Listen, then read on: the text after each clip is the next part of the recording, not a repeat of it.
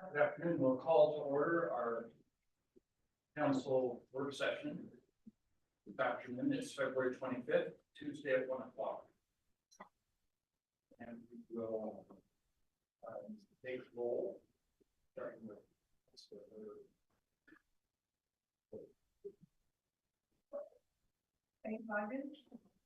George Handley.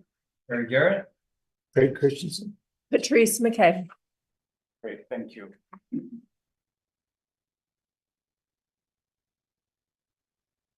Although this is a public meeting, only the presenters and those invited by the council may speak or ask questions unless otherwise invited by the chair. Please wait to speak until called on by the chair. When speaking, please be sure to use the microphone so the record is clear and those attending virtually can hear.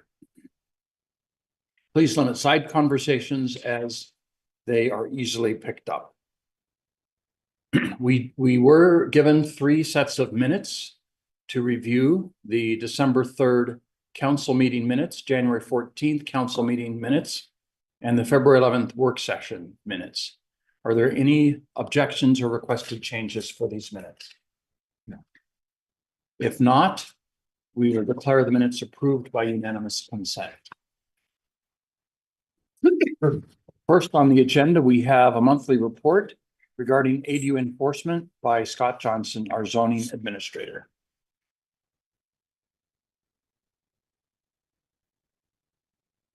All right, good afternoon, council. Thank you for this opportunity to come back again and talk more about ADU enforcement in the city. So really quick,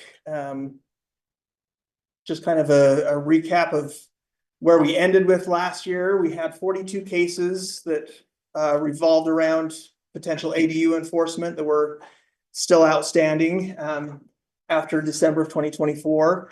Throughout the month of January, we were able to get some headway on a few of them. Some were still investigating, but here's a list of where things are now. 12 of them are still under investigation. 4 of them we were able to get notices of violation sent out.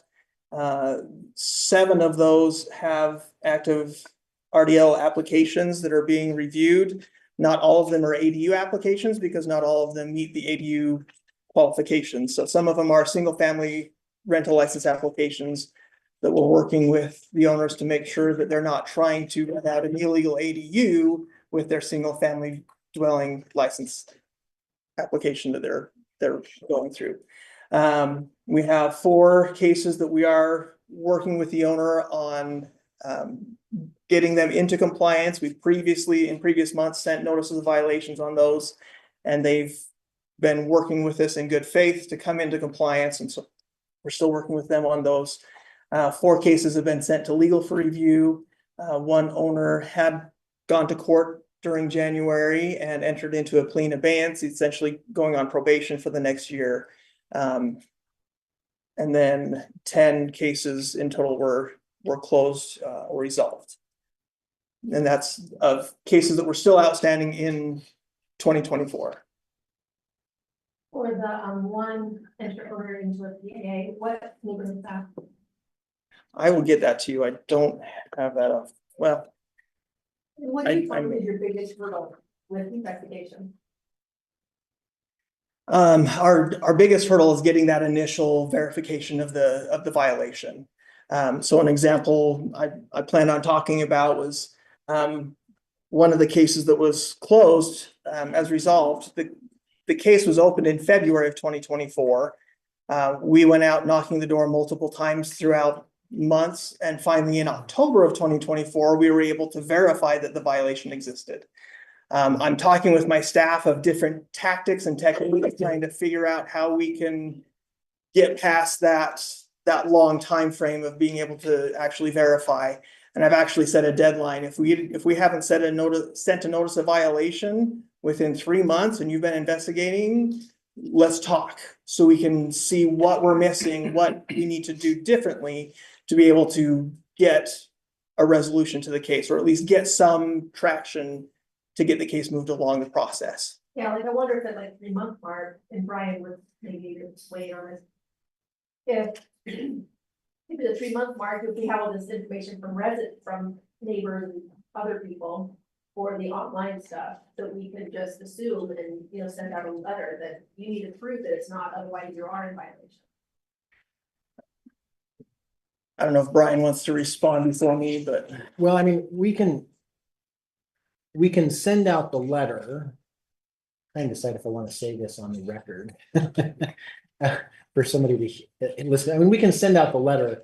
At the end of the day, we ultimately cannot shift the burden of proof to them in either a criminal or a civil context. We at the end of the day will have to be able to prove it. So we can send out the letter and see if it has an impact, but if they choose to ignore it, it doesn't actually shift the burden.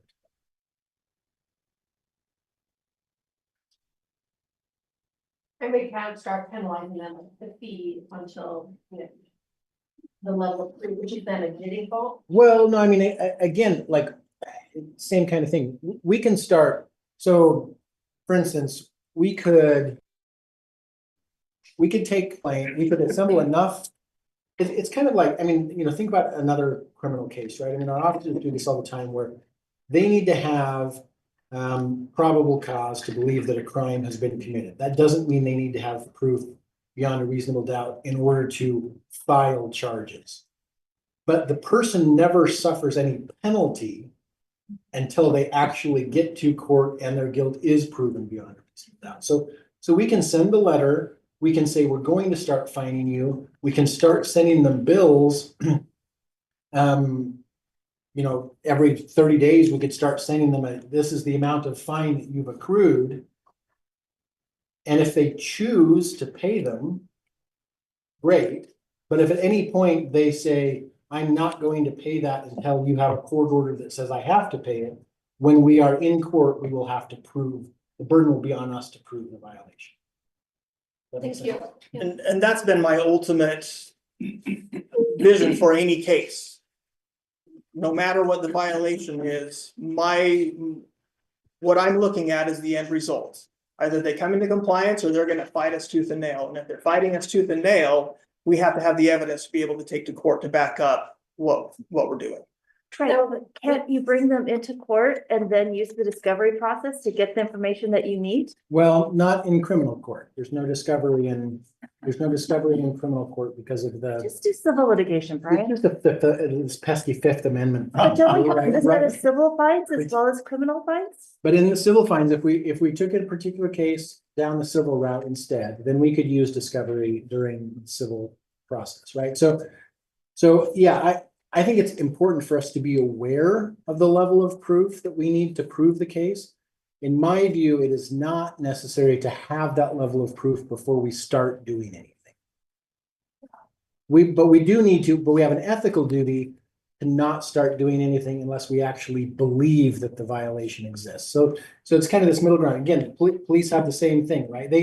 They're not supposed to be citing people or issuing summons just because somebody said my neighbor did this, right? They have to do enough of an investigation that they have a belief that the crime was actually committed. But once they have that level of belief, they can file charges and we can go down the road. And like, you know, Scott and I've had this conversation before. I don't know that it necessarily is a bad thing if we lose some of these. I think in some ways it's better to be more aggressive about starting them and lose some than less aggressive about starting them in order to win them all. Yeah.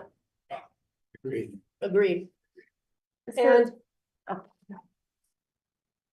I was gonna say, on the one that you were doing from January, February till October, was it just that you weren't able to talk to anyone at the residence, or That's what the notes reflect, is no that one was ever we've been there out when they there knocked? multiple times and nobody answered the door. Finally, somebody answered the door in October, so we were able to verify, and they were very forthright with what was going on at the property. So we were able to verify there were violations, and started the enforcement process, and the owners worked very well with this to come into compliance. Is that a matter of your enforcement officers' work hours do not line up with the times when people are likely to be at home? I don't know if that's necessarily the case because they found him during work hours one day. I think to some point, it's the being vigilant at being out there potentially multiple times a day, or being out there, and this is something I've talked with my staff about, sitting at the house in your car, in the work vehicle, seeing if there's somebody coming and going, and when you see someone come or go, just step out and say, hey, we have a question for you. Rather than just go knock on the door, nobody answered, go away, and then maybe a week later, come and do it again. Being more vigilant on a regular basis and spending more time doing the investigation. Scott, I look at this and I see people work and our staff go home at 6. Does that make it more? Does it make it harder for the staff to go out there and try to prove something when they're knocking on doors and nobody's home because they're at work day after day after day? And I mean, they're not working on the weekends, they're not working after hours. At times, I'm sure that plays a factor into it. If there's ever an instance where we need to check something in the evening, like sign brightness, I've had, complaints about signs that are bright, and it is an evening requirement. And so that requires most of the time staff to come check it in the evening outside of work hours. I work with my staff to make sure that they have that flexibility within their schedule to go and do that. There've been some occasions where we've had staff members come in the weekend on a Friday or a Saturday to do some work that they feel is able to, catch what's going on rather than during the week, because of the nature of what the complaint is that, they're not doing anything during the week, it's on the weekend. So there's occasional times where we've needed that. I think on an ongoing basis, the vast majority of our cases we're able to investigate and verify throughout the workday. But I'm happy if there's instances where there's a need to investigate outside of our standard hours, to work with my staff to get that taken care of. Thank you. Scott, I think you've got about 4 more slides. Let's make sure we can get through those. Okay, And then we'll I have a can few do more that. questions. Okay, so the next slide is what the new cases came in through the month of January of 2025. So we received 18 new cases, and I know this is a metric that has been asked before, and so I wanted to make sure with our new City View system we're able to capture a little bit better where the complaint is coming from, whether it's a citizen complaint or whether it's staff initiated complaint. 17 of those 18 new cases came from complaints from the community.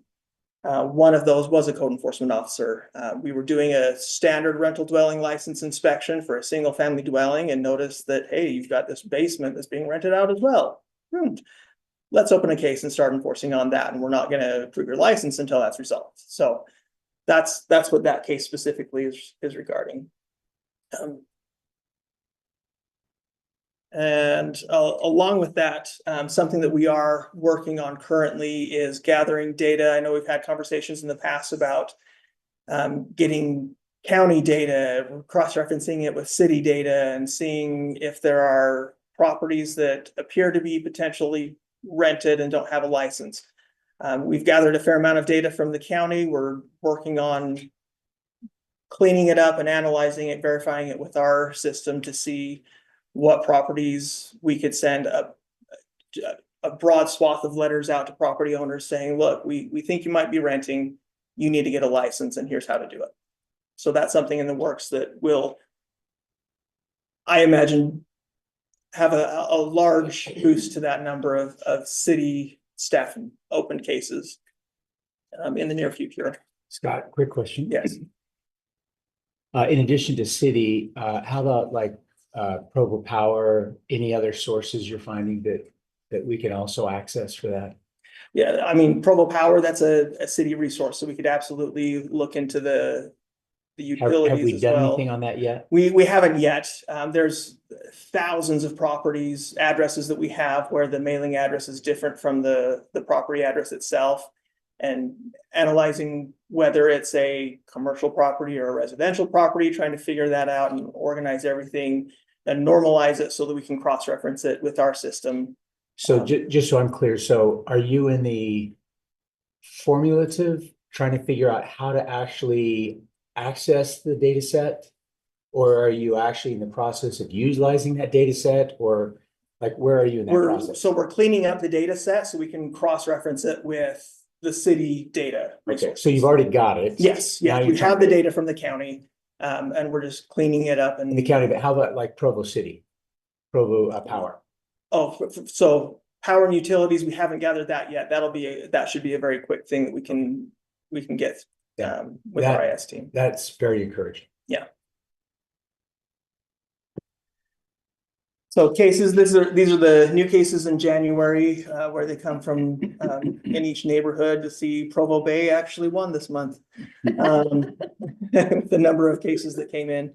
I don't know if it's a competition, but I found it interesting that they had a higher number of cases that came through than historically other neighborhoods. And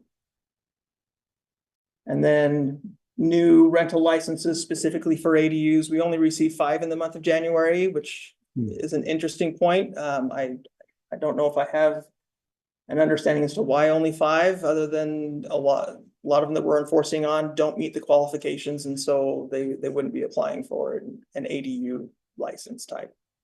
I thought none were allowed in North. Yeah, so any that are not allowed are being denied. But this is just to show these are where the applications came from. They're in these neighborhoods. If it's not in a neighborhood that's allowed, they would definitely be denied.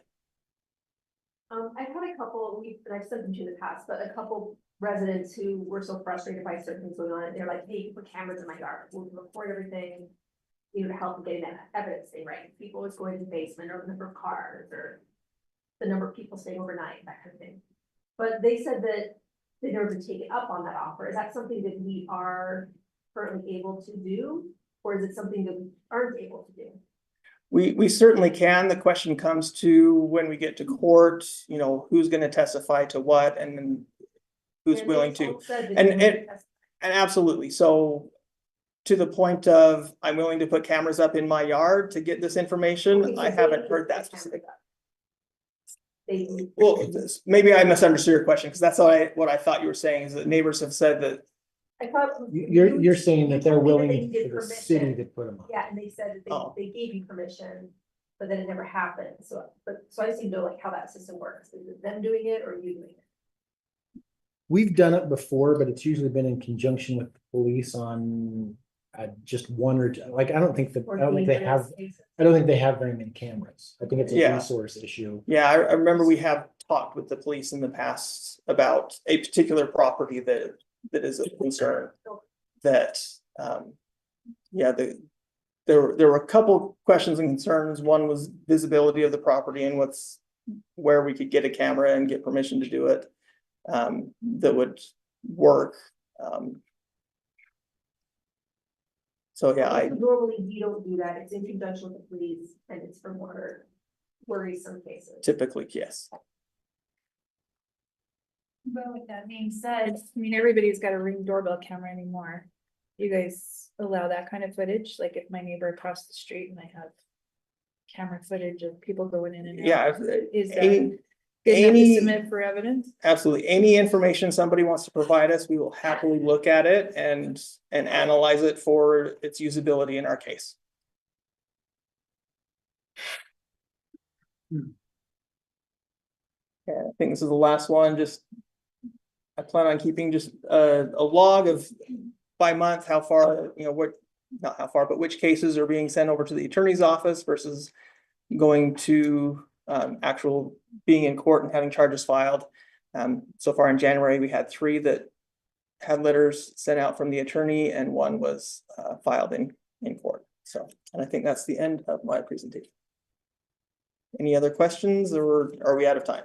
We're fine. Okay, Okay. one quick question. So when you get a new complaint, what are the steps that your code enforcement officer follows?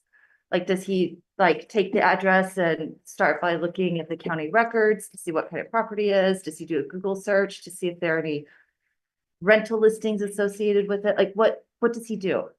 Yeah, Or she do, sorry. So the typical actions is first to contact the complainant to see what information that may not have been involved in the written complaint. to gather as much information as they can. And then, yes, investigate, look at county records, see who the owners are. They absolutely do Google searches on occasion to see if there's any rental advertisements, if that's the concern.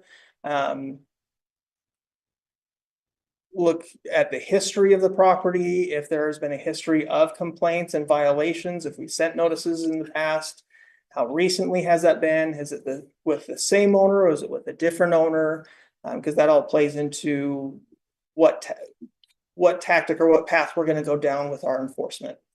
And so as they do this, are they creating like a little file that says, okay, I checked county records. This is listed as a single family home, or like, what kind of documentation are they creating of their investigation? So we do have a note system or a field within CityView. It's our record system where we can keep notes and we can attach any documents that are helpful. Some officers are better than others at notating the details of their investigation.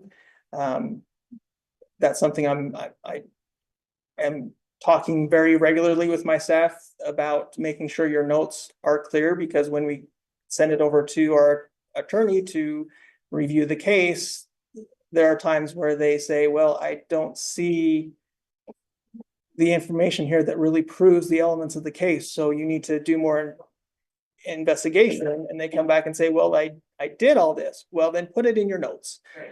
So yes, there's a way to notate what's going on, and I'm working with my staff to make sure that they're doing a sufficient job so that we can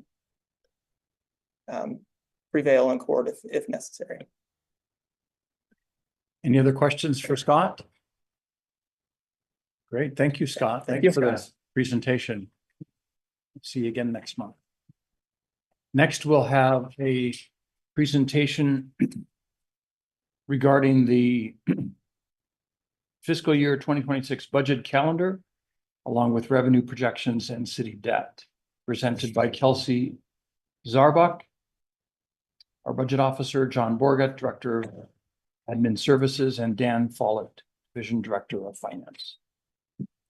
Hello, Kelsey. Hi, can we actually pull up the budget calendar PDF? Is that okay? Sorry.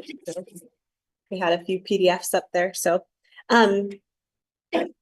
As was mentioned, we have a few different like sub-presentations regarding the budget process. I'm gonna go through the budget calendar. John Borgat will review the revenue projections, and then Dan Follett is going to do a review of the debt. So this is the budget calendar for fiscal year 2026 budget process. I'm not going to go through every line item with you, but just so you know, anything that's highlighted in yellow or in green on the second page is relevant to council members and by extension, your residents. And so I just want to highlight a few key dates that might be of particular interest to you. This Thursday, February 27th is the date that we will send out the 5-year capital improvement plan to the council. I think city code requires that we deliver it to you by March 1st. And so we'll just make sure it's there by the end of the day, Thursday, to make that March 1st deadline. Then on March 11th, during work meeting, we'll actually go through the capital improvement plan with you, and directors who have capital projects will be there to answer questions. So that's kind of what we've been working on lately, is the capital improvement projects. Also on March 11th, that's where you're going to start to see the departments come in to do their work meeting budget presentations for you. And I think there's 4 work meetings where you'll have a lot of those budget presentations, and you can see just next to the date what departments you can expect on certain dates. If we go into on the second page, oh, sorry. While we're on this page, just so you know, anything in blue is just kind of administrative internal deadlines. So departments are submitting things. We're just coordinating, making sure everything's getting entered into our budget. So thanks for driving me. Okay, on this page, just the date that you probably really want to know is May 6th is when you will receive the tentative budget presentation during council meeting.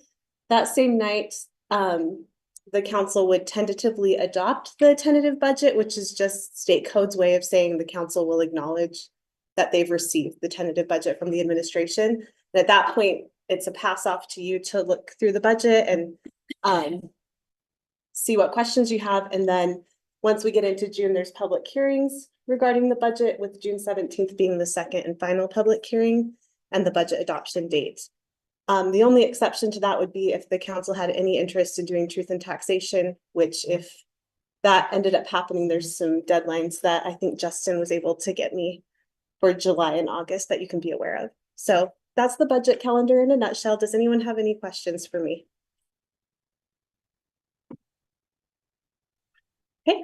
Then- Kelsey, I don't see on the bi-monthly reports. I see police, but I don't see fire. In terms of Police work on the meeting, 22nd. March. So did I miss it? I don't remember. Oh, there off it the is, top of my March head. 25th. Sorry. Okay, no, you're good. I was like, it's good to know. So Okay, they'll be thanks. coming.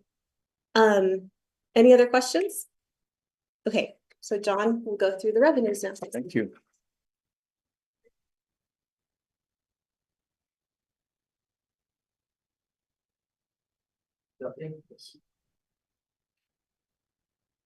Okay, welcome to talk a little bit about revenues in the 2026 budget. I would mention that this is still very early in the process. And as you know, with budgets, as we get more information, things change. But at this point in time, this is kind of what we're seeing.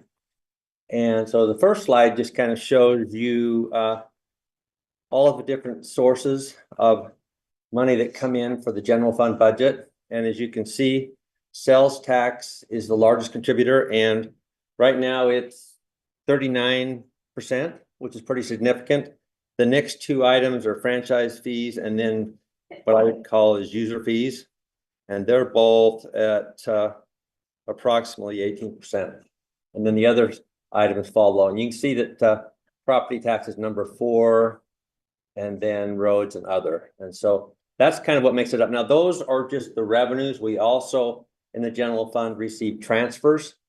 Yes. Can you explain a franchise fee for me?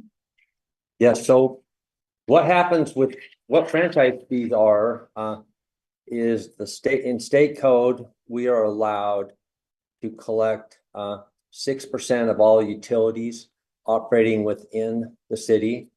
And the concept behind that is that it provides funding to help support and work with the relationship and the work to support those utilities.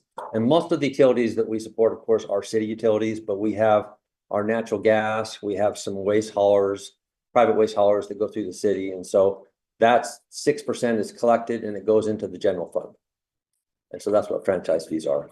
So does that include that 11% that comes from? That's separate.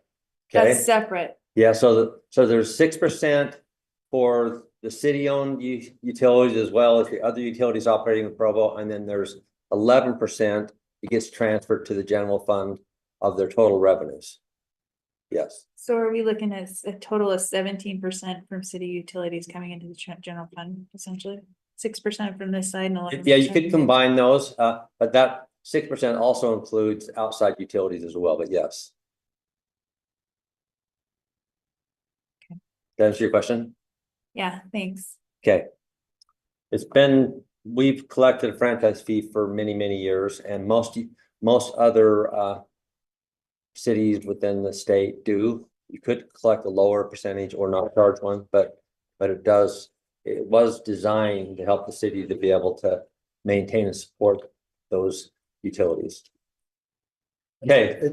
Joan, if I might interject, specifically when we're talking about maintaining support, these utilities are present in our roads, right? So when Questar needs to, Enbridge, I guess now, when they need to fix a line, they're digging in our roads to fix their pipes, right? And the internet cables are buried in our roads as well, too, right? So a lot of this goes to compensate the city for the fact that they're operating on the city property. Yeah, we do have what I would call a telecommunications franchise fee that's based specifically on that as well. So that's part of these franchise fees. They're different ones, but they're all based on that 6%, and it's to support that. Any other questions on this slide?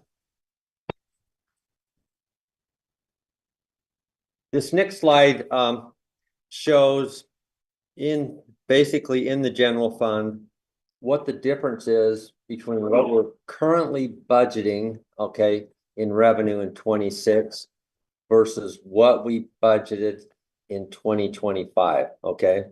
And once again, that's based on this point in time. It could change, but right now, one of the things that's significant is that our largest source of revenue is the sales tax. And right now we are actually budgeting for a little bit less, almost the same, but a little bit less than we did last year. And I would just share a couple thoughts with you. These are some, we shared this with the directors this morning and had a discussion about the budget. But these are some of the headlines that have just been going on within the last week or 2 weeks. It says Utah state revenues are falling short of expectations. Another tax cut is still on the table, even as Utah's biggest numbers are lower than expected. Hard decisions. Lawmakers will be weighing tax cuts after lower than expected projections. And so the bottom line is, we see comparable cities. We also see the state's numbers as a whole. And overall, right now in the state, we're lagging and not reaching expectations on sales tax. And Provo's no different. And so we see this year and as a challenging year, because quite often one of the biggest ways that we can fund different new items as well as costs related to employees is through sales tax. There's other sources, but that's a big one. But I will mention that we as a team have met and we're meeting again later this week.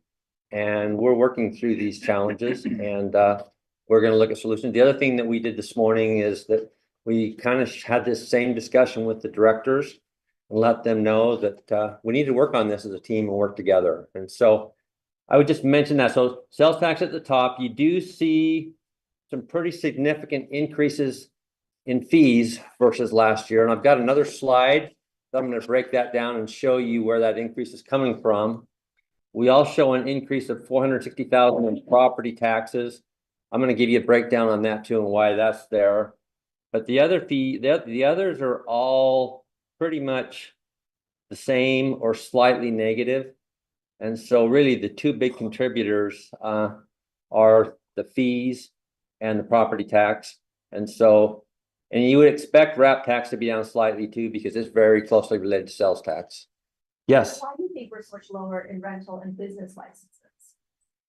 So the answer to that is that as we've been doing this study, and by the way, it's getting closer and closer, okay? Because we anticipated when we submitted the budget that the study would be done before mid-year, and it's still not complete. And so that's the main reason. Were they holding up doing renewals or? It's the lower fee, and we expected that we would have additional revenue from the fees. So I would just say that that's the bad news. The good news is that we're getting very close. And Laramie Gonzalez and the team has been meeting, and we're kind of getting the final wraps, and we're getting ready to come back to the council to review the proposals that came from that study. Then assuming that some of the increase in our fees is due to the fact that we have changed the pricing. Yeah, that's a factor for sure. Yes, and I'm gonna give you that breakdown here in just a second. Any other questions on this slide? Yeah, we budgeted for interest revenue. It's a little lower because rates have been going down some, not significantly, but definitely lower than they were in 25 and even in 24. They've kind of got to a point now they're going down a little bit. Yes. The peak in 24 for us was about 5.4%. Was about the peak interest rate in the past year was about 5.4% on what we call the public treasurer's investment fund, where we had most of our funds invested. And today that's down to about 4.5%. So we've seen that we're hoping it'll level out somewhere in there, but it's definitely lower than what the peak was earlier in the year. So. This next slide just kind of graphically shows what the other slides, it just shows, you know, the fees being up significantly, sales tax being down, and property tax being up. And so that's just kind of a graphical form of what we just saw. And then this talks about fees, and I'm going to kind of break this down a little bit. You can see these are the areas where it increased. The first column might be hard for you to read. This is Parks and Recreation. That's primarily coming from the Epic Sports Park. Because last year we were only in an operation a few months, and now we're going to be on an operation the full year. And as the Parks and Rec team and the Epic Sports Park team has gone through and budgeted, that's not every bit of it, but the lion's share of that's coming from the Epic Sports Park. Okay. Budgeted increase? Yes, budget increase. Yes. So this is 26 versus 25 budget. Yes. So the question with that is, 100% of this Parks and Rec money, is that going back into maintaining the fields? Or is this gonna go for other portions of the general fund? It's a great question. And it's a real good question because the lion's share of this coming from Epic Sports Park, there's going to be expenditures to support the Epic Sports Park along with that. So that really provides funding to maintain and provide that park, but it does not provide funding to go somewhere else in the general fund. So that's a good question. But yeah, that is the case. Yes. Development services. This is primarily building inspection fees. As they went through and did their fee analysis, there was, and I don't know if Kelsey or Bill may be able to help me on this, but there's a little different method they're using in charging the building inspection fees. And it came from their team, and they've done some review and analysis, and we feel like that's sound. And so there is, I think it's a combination of two things. One thing is that the fees changed a little bit in this new method, but then also construction might just be a little bit larger too. But that's primarily where this 340,000 is coming from. And then engineering, that's just primarily from the anticipation of what's happening with construction. Did they make any changes in their fees, Kelsey, do you know? And there were some changes in their fees as well. And then vehicle, we're going to talk about that in a slide following, and it has to do with a change in the way we're accounting for our debt service fund, a little bit of work that we did there. So I'll be able to explain that, and then that's the other. So that's kind of how that broke out. Any questions? Is it possible that we could get a graph like this from those franchise fees so that we can see the breakdown for them and how much they are? Be happy to provide that for you. Yeah. Thank Will you make a note of that, Kelsey? We'll get that to Justin, and then he can get distributed to council. That'll be real easy for us to do. Yes. Okay. So this is transfers, and this is transfers to the general fund, and this is fiscal 25 versus 26. Okay. And one of the things that we proposed last year to balance the budget, and I thought there was a strong argument for it, is we had some ARPA funds that were available, and because we had some revenue loss last year, one of the qualifications with ARPA, by the way, this was unrestricted money, but still the intent behind ARPA was to go ahead and compensate cities for lost revenue. And so we thought there was a good argument. So anyway, we had this much coming from the legacy CIP. Look at that. Touch it and there's a Perfect. I'm magical. Okay. Of 1.3 million, but this year there's no ARPA funds. Okay. And so as a result, when you're comparing, that means is we're trying to compare the 25 budget with the 26 budget. In looking at transfers, we're 1.3 million less right out of the gates because it was a one-time fee. Okay. The other areas, I'm going to talk about this debt service fund up here. It'll be part of another slide. But transfers from the energy fund, that's basically just from revenues. And also, I believe they're planning on, there's a build-in, I think it's a 2%. Yes. So that shows there. And then you can see wastewater and then water down below. And so The overall net, though, the primary difference of 1.2 comes from that 1.3 million, okay? And so as a challenge, I mean, that's just one of those pieces as we are trying to compare 26 versus 25 and balance it. Our overall net and transfers in is 1.2 million, roughly less. That make sense? Okay. Debt service funds. We went through a process this past year, and it was kind of initiated by me because I've been with the city for many years, and I decided to do some research, and the overall concept and design of a debt service fund is that you collect money, and the best example and the primary use that we use the debt service fund is that we collect property tax from the residents to service our rec center bonds and our city hall bonds, which are both general obligation. And so you show the revenue coming in for those property taxes, and then you actually make the payments out for those property taxes, and then the net should pretty much be zero. Okay. Well, we've been running a number of other things through the debt service fund, and so I decided to do some research. And we contacted the state auditor's office, as well as the state area that focuses on property taxes. We contacted the county. We contacted our independent auditor, and they provided us some analysis. And we also sat down with Brian Jones from our legal department and did a review. And as a result, came back with the following changes. The good news is that the overall net changes are going to benefit the general fund. But I think the other good news is that our debt service fund is going to be much simpler based on how it's designed. And I think it'll be more transparent, and we're in a better place. And so we get money from the state property tax that's a redemption from prior year. And what that means is that if somebody paid their property taxes late, okay, then they go ahead and submit them, and they come into the city. Well, the thing is, we don't really know specifically what those dollars were for. The other thing is the amount of money that we've already collected from the taxes in the year when it was due already was sufficient to meet our debt service. Okay.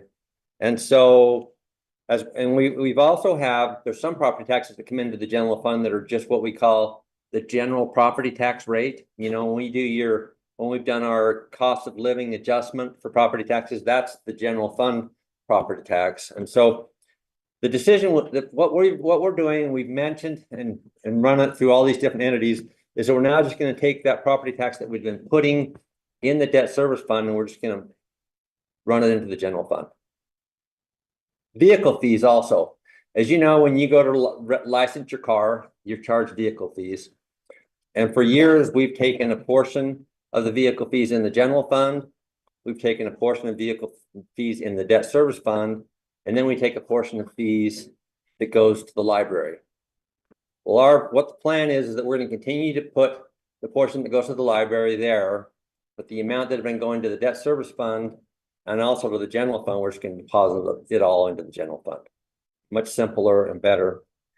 And then we had been making a transfer to the fleet fund of $125,000 from the debt service fund, and it was to help with some of our ambulance and vehicle financing for fire. And so the plan now would be we would just transfer that money directly out of the general fund and not do a transfer out of the debt service fund. And then also we had been transferring to the general fund $315,000 deposit from the debt service fund to the general fund. And we're recommending that we don't do that anymore. So what will happen is the only thing that's going to be happening in the debt service fund is collecting those property taxes for debt service, and then the payments to the debt service, and the other will flow into the general fund. So the bottom line is the net difference is to the general fund is additional $280,000 in revenue, which is good, and it'll help the general fund out, but it's also better. It's a better accounting practice, and I think it'll be much cleaner. And so that's why when we saw property taxes up $460,000, it was coming from this $460,000 that was going to the debt service. And that's our anticipated budget number. Enterprise revenues. This shows all of our enterprise funds, and you can see that energy is the largest, which shouldn't be a surprise to anybody. Roughly 53% of all of our enterprise fund revenue comes from energy. Wastewater is number 2. And they're at 33 million, and then water is at 20. And so you can see there that that there are the primary ones, and you can look down below and see how each one falls out. But that just gives you a general sense of the total revenue that's coming in from the enterprise funds. This shows what the citywide budget revenues are, and you can see that enterprise funds represent 55% of the total revenues for the city. The general fund represents roughly 25%, and then you can see the other small components. So the bulk of the revenues is coming from the enterprise funds, and the general fund being second. This shows overall increases and decreases in the different revenue funds. So overall, we were up 6.5 million. General fund represented 915, enterprise funds 10 million, which is a pretty significant portion. And then capital improvement, and I would just say with capital improvement, that really just has to do with timing. Some years we'll have more revenue coming in that we're anticipating for projects, other times less. So I wouldn't take that 5.6 million as negative. I would just say that that's primarily timing. And then the debt service is going down, but on basically what I just explained, because of between the general fund and the debt service fund. Internal service fund, it's too early to tell. You know, we have to do a lot of calculations. So we're just showing that as a net zero, staying the same, and it shouldn't be significantly different, but that's kind of shows that there. And that I can answer any questions. Yes. Slide. Yep. Slide. Further Okay. back or Nope. here? Enterprise increase. What do we attribute that to? Enterprise funds of 10 million to negative. Okay, it's primarily attributed to, I can provide you a breakdown. Can you just send that to us? I can send it to you. Yeah, I'll send it to you. Perfect, that'll be easier. That way I don't take up your time, but I can get it for you. So we're gonna get you 2 things. We'll get you this breakdown. And then the other thing you had requested was breakdown of the franchise fees.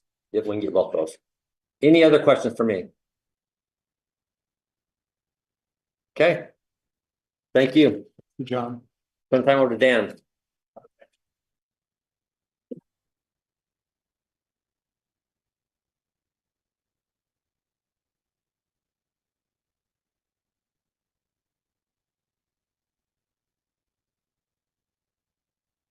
I think I apologize for this every year that we put this spreadsheet up. Next year, I promise I'll maybe break it out into 2 sections so it's a little more legible from, there we go.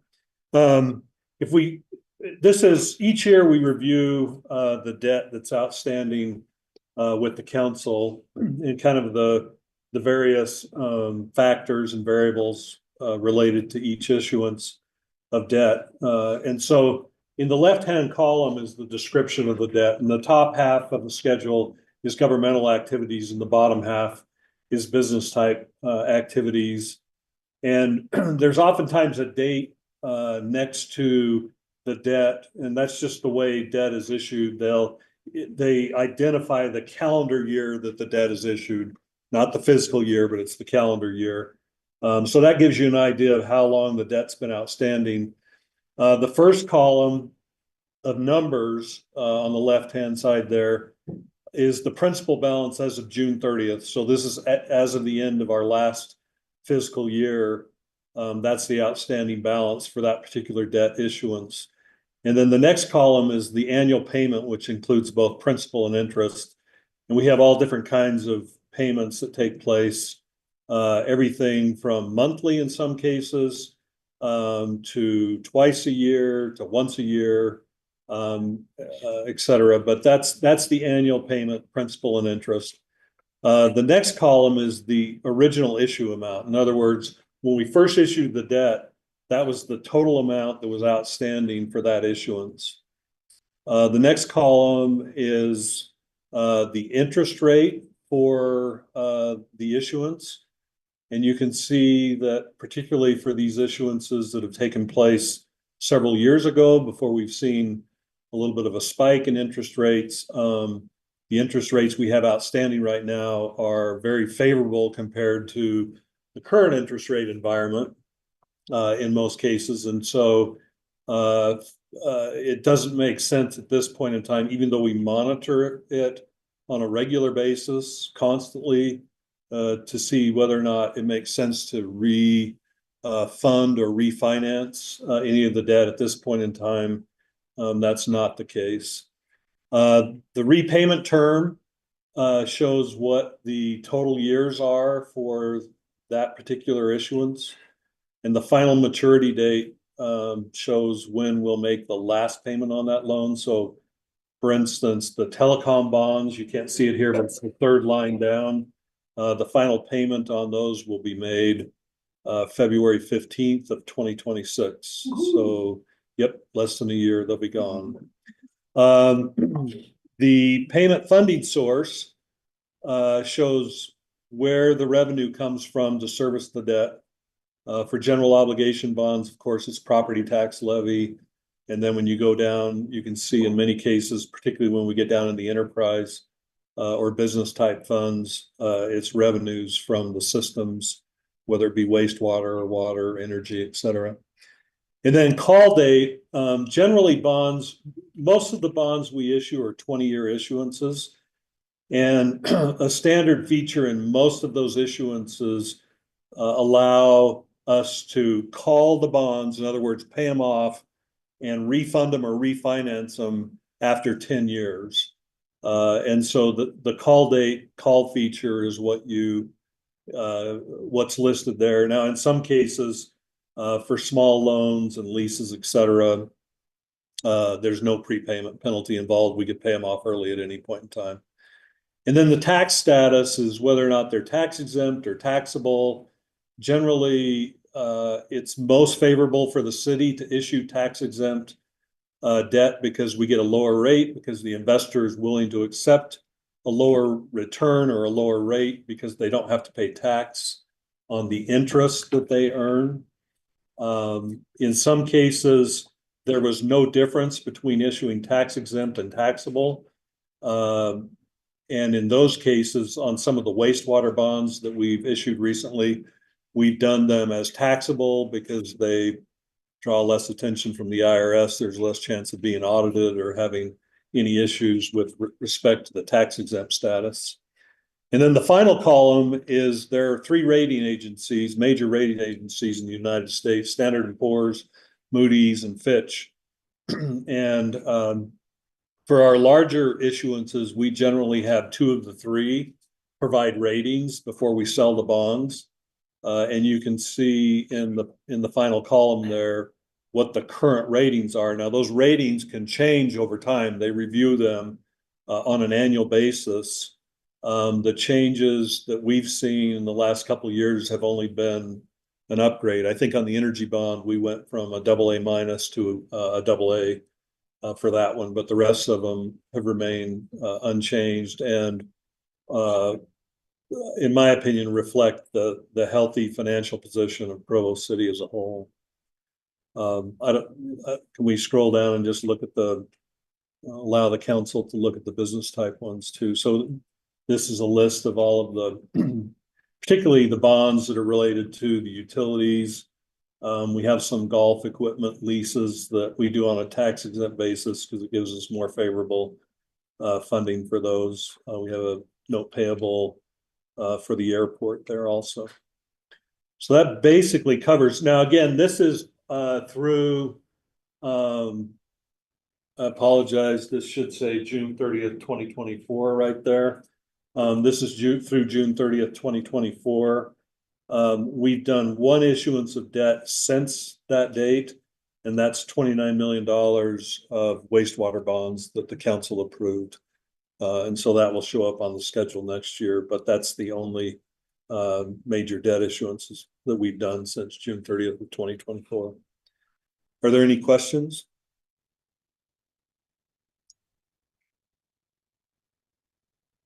So the golf course maintenance equipment, that one is paid off now? Is that one done? It is. It is paid off. Yeah. Again, this is as of June 30th, Right. 2024 is why you see it, but it is paid off. I received an email from the golf course yesterday, looking at, acquiring some new equipment. And so I anticipate that we'll be coming back to the council shortly with another lease. And then on the note payable, section 108, 2020 airport, that one has CBDG funding? Yeah, that's the funding that's utilized to repay that note. That's the source of funding that's utilized to repay. Right. So I'm concerned about all CBDG funds right now. Do you have any concerns? I wish I had better insight to what the federal government would do. I think that's what you're referring to. Huh. And so that's something that we would watch. We, of course, when this note was put in place, we felt like that funding was fairly secure, and hopefully it remains secure. I am not aware, and maybe Bill has a better feel for it, but I'm not aware that we've received any notification that we're not going to receive that funding at this point in time.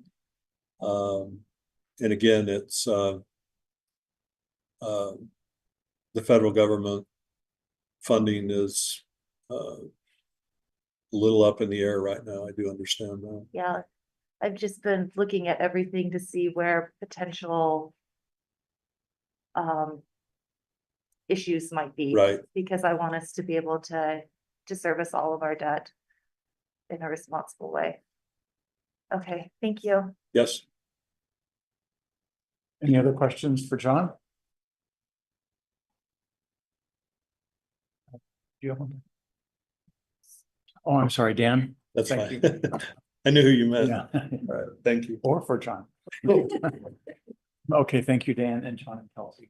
Yeah. We look forward to seeing you regularly in the next few meetings. Really good. All right. Is Brixton here? Let's see. They're not here. Okay, we'll take a break and come back in 5 or 6 minutes.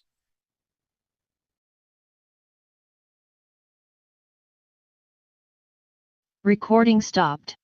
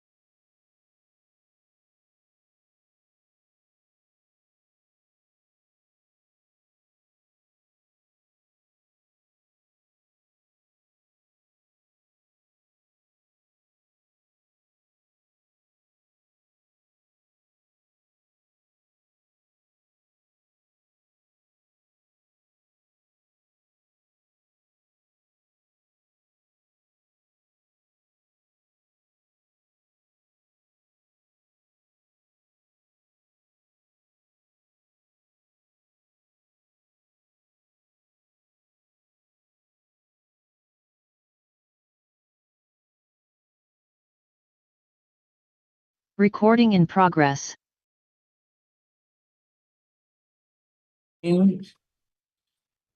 Our council meeting, our next presentation will be a discussion regarding the HTRZ potential of the Provo Town Center Mall. Our presenter is Sam Hartman from D.A. Davidson. Sam, thanks for being here today. You bet.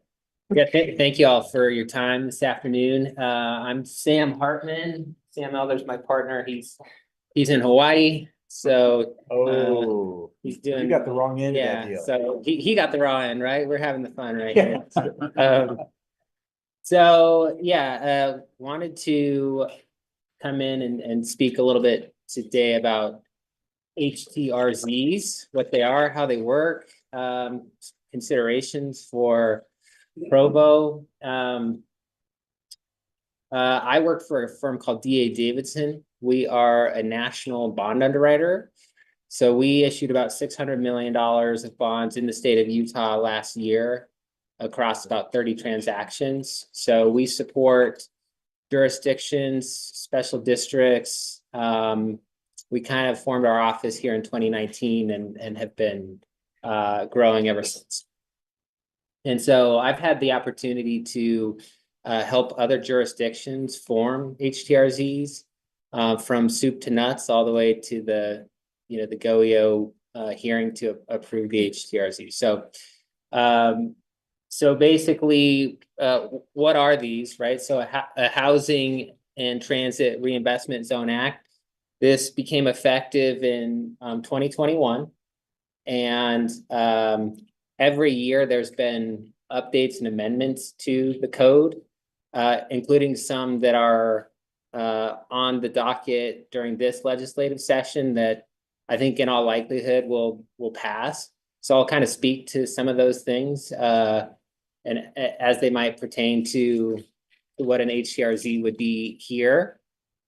But in reality, you had the state kind of come up with this idea that we have a housing crisis, housing shortage, and I think several on the Hill wanted to promote housing, particularly housing around. Can you flip the slide? Actually, oh, I have a clicker. Okay.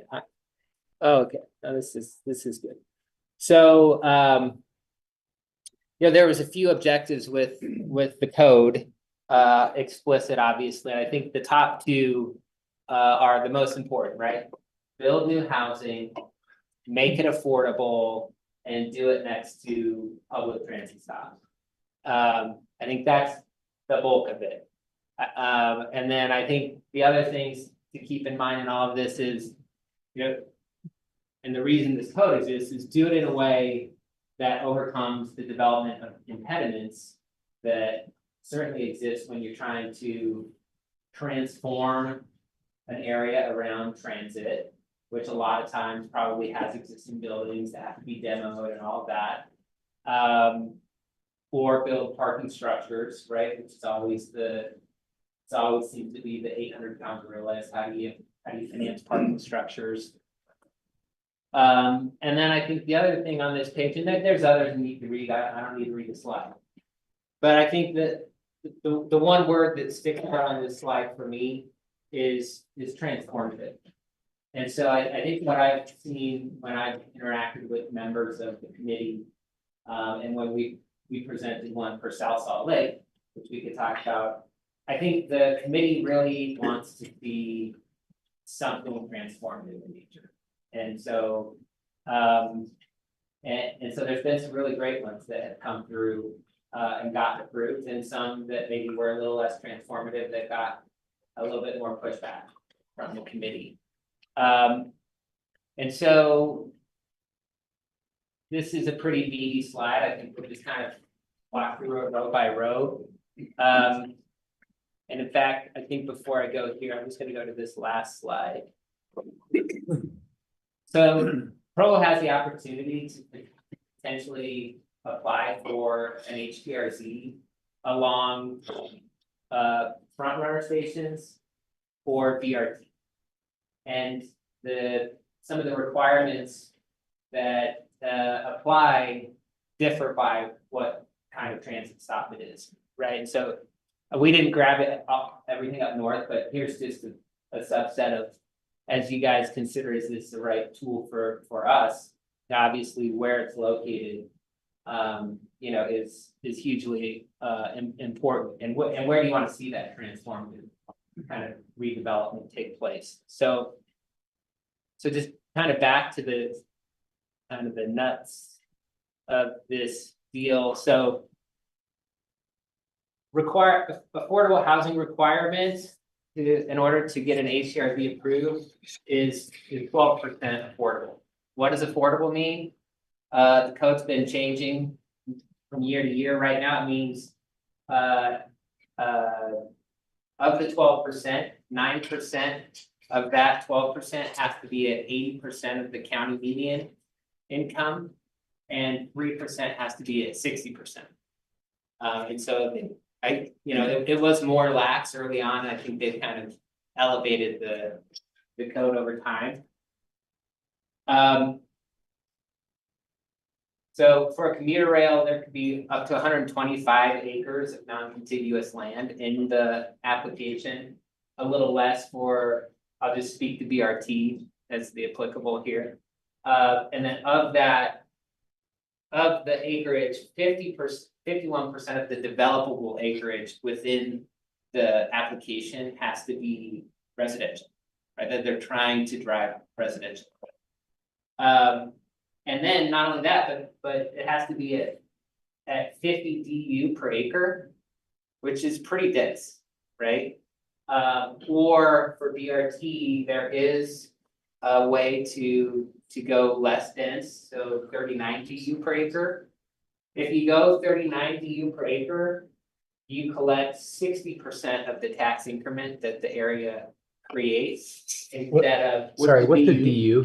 Oh, sorry. Yeah, just please stop me. And this is meant to be. We're all asking. There's only 100 acronyms. Yeah, it's dwelling unit. Well, okay. Yeah, so, you know, 50 dwelling units per acre, that's, you know, that's definitely going vertical, yeah. Maybe this is too early in your presentation, I don't know, but the mall only has like, how many acres, like 40 acres? I actually don't know, yeah, it doesn't have to be 125 acres. Right, but would it be advantageous for us to like pick out certain spots along that, saying, okay, maybe we want this, because you can only have like, what, 3 applications per county? It's, you could have up to 8 per county, oh, that's cool. 8 per county on light rail, and then I gotta check on the BRT. It's limited in BRTs are limited in Salt Lake County only. So I'm just wondering if it's just, if we could just add, if we get this approved, can we add on later to this? Or, yeah, or is it just more advantageous to say, okay, as an RDA, we want this, this, this, and this, and it totals up to like 125 acres. I mean, I think one thought on this is you could designate the 40 acres of the mall, and I don't even know if the mall's 40 Right. acres, but you could actually designate acreage around the mall as well to potentially get redeveloped in a subsequent phase. Well, I'm wondering if it's more advantageous if we look further along this BRT route and not just the mall in those places, just immediately adjacent, because it's not contiguous. It's Right. it's not contiguous, but I think this, you gotta think about this requirement in conjunction with the non-contiguous, because you end up around a commuter rail station, you draw a radius, and that's where your HTRZ can be. That application. So I don't think you could say, I'm gonna draw a radius around this station and put, you know, 30 acres here, and then I'm gonna draw another radius around this Right, station. but we could still draw a radius, a third radius around and say, these You could. make sense you to could. us. You could. But would we want to do that all in one application, or could we I build think on you would. top of another application? I don't think there'd be an advantage of breaking it up into multiple applications. I think you wanna put it in a single application. So we're looking, it would be advantageous for us to look at a bigger picture other than just the mall. So like, let's, and again, I came to speak in an overarching way about this. In fact, when you guys do your application, you will be the applicant submitting to go. Right, so this is your report. And there's obviously collaboration with developers, And who's Goya? the Governor's Office of Economic Opportunity. Yeah, a lot of jargon, sorry, this is, it's been in my head for too long, so, but back to this map really fast.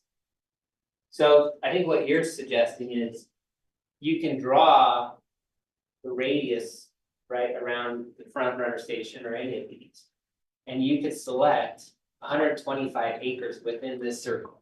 They Right, don't have to be contiguous. So you can grab them all, but then if there's other parcels that you guys are like, I know this is gonna redevelop, then you would include those all in the same application.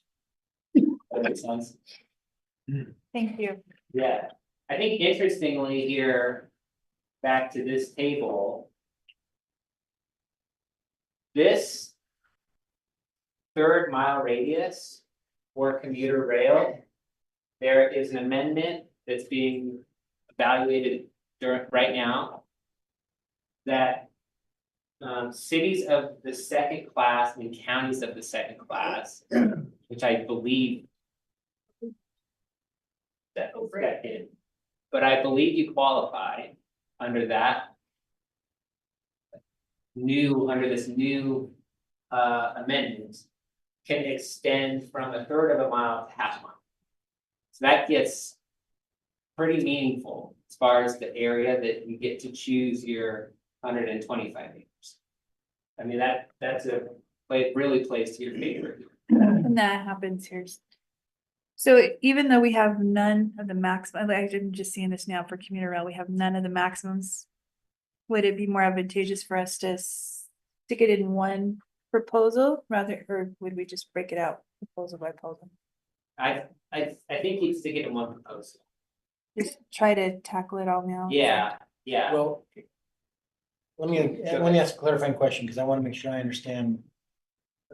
Becky, are you asking about whether it's advantageous to put every non-contiguous parcel that is within one circle in the same application, or are you saying, or are you asking if you think it would be advantageous to submit every circle at the same time? I was thinking what would be the better course of action. I mean, some of those I looked and I saw there's only 3 applications in Salt Lake County, but then I realized there's none for this commuter rail. So I was just wondering what would be the best for us to do, because if they're a limited amount or if they're a lot of work, would it be better for us to draw half a mile around the commuter rail system and say, okay, we're looking at this vision for our RDA. We think this, and this with the 125 non-contiguous acres would make sense for us to put all in one proposal right now, get it done over with, out the door, rather than the mall's coming to us now, let's do one proposal here. Another development. Another one comes in 5 years from now, let's do this now, or even 6 months from now, let's do it again. What's the better strategy for us to look at? Well, and I don't know what your opinion is, but the reason why I was asking that clarifying question, because I'm still not sure. Because I think it makes sense to me that if you are submitting an application for an HTRZ that is centered on the mall BRT station, or if it's centered on the front runner light rail station, makes sense to me that one application includes every property that would be in that zone on that station together. I don't think that, and I just wanted to make sure this wasn't what you were saying. I don't think you need to submit one application that has all the properties around the front runner station and all the properties around the 900 East BRT station and all the properties. I think that's going to get. No, I was just thinking Okay. I mean, if we're gonna do this anyway for the mall, is it best for us, for our time, for everything, to just say, this is our vision for Provo. We want this HTRZ of here, as long as it I doesn't. think that's the right answer. I think, as you suggested, is also the most efficient way to do it. What we did in another one where we were helping a jurisdiction is we knew certain developers, and in this case, there was like many developers. Like had purchased land within the zone Mhm. that wanted, but then there were parcels that there was no developer identified yet. So we worked with the city to just make the best educated decision of the ones that we don't have a developer identified yet, which ones do we think are the most strategic or the highest probability Right. to someday redevelop? And that's how we max out our parcel up to 125 acres. Yeah, and that's what I'm talking about. Yeah, Cause I don't care about 9th East right now, cause we don't have a proposal.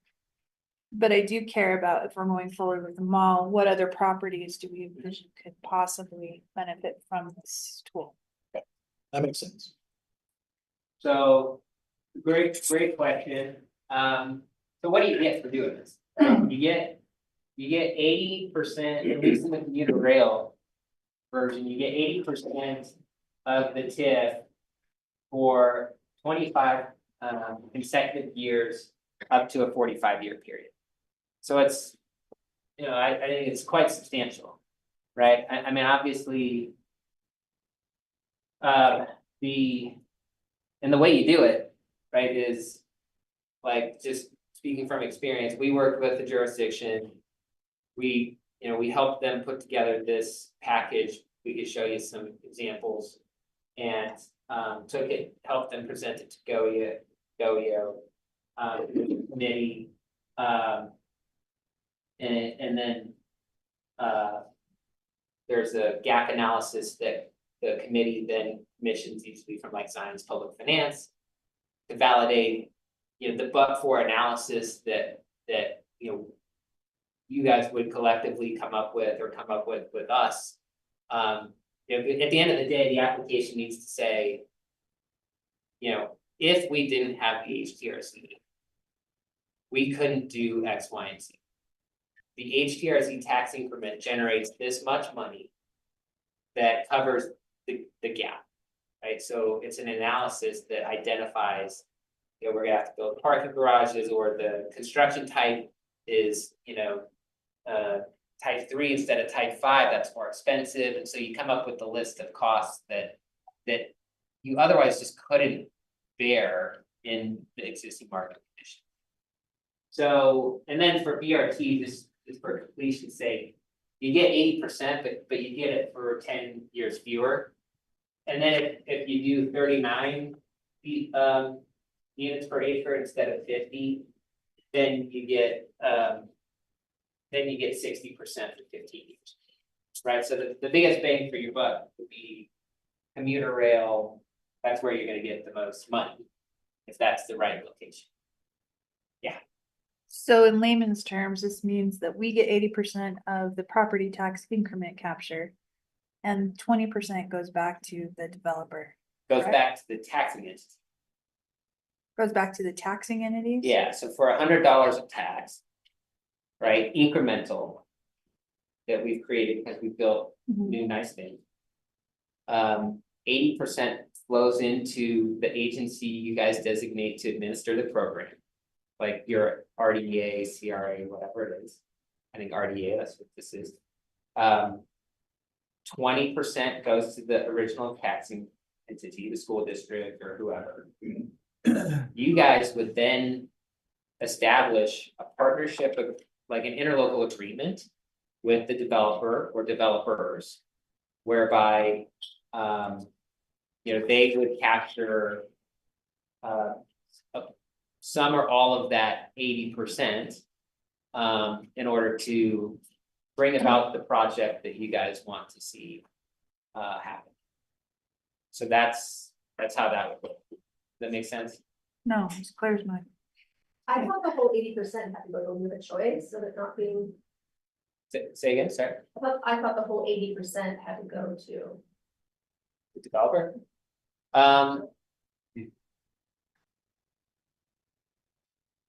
You guys, So if we decide to give you 60%, does that mean 40% go back to the taxing entity?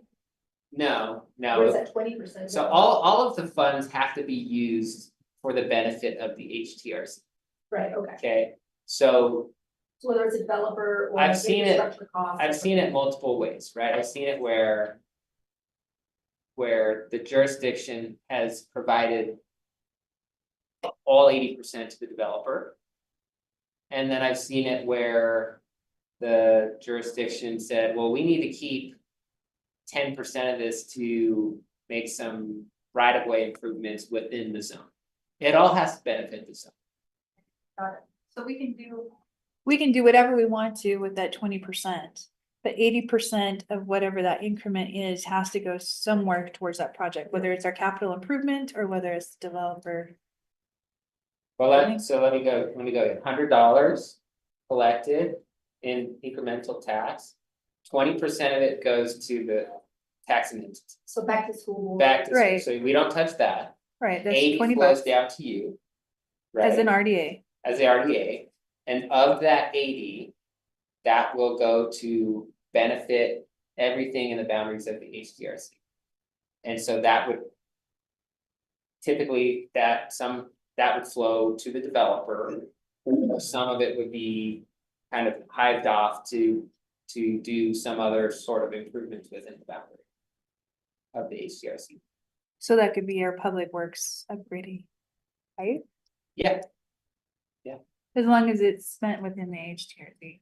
yeah, And it has to, like, yeah, the idea is the money is used to satisfy the objectives of the HTRC. And then the terms of the dealer, we have to have that 80% going back to the project for 25 years. But it could start 20 years after.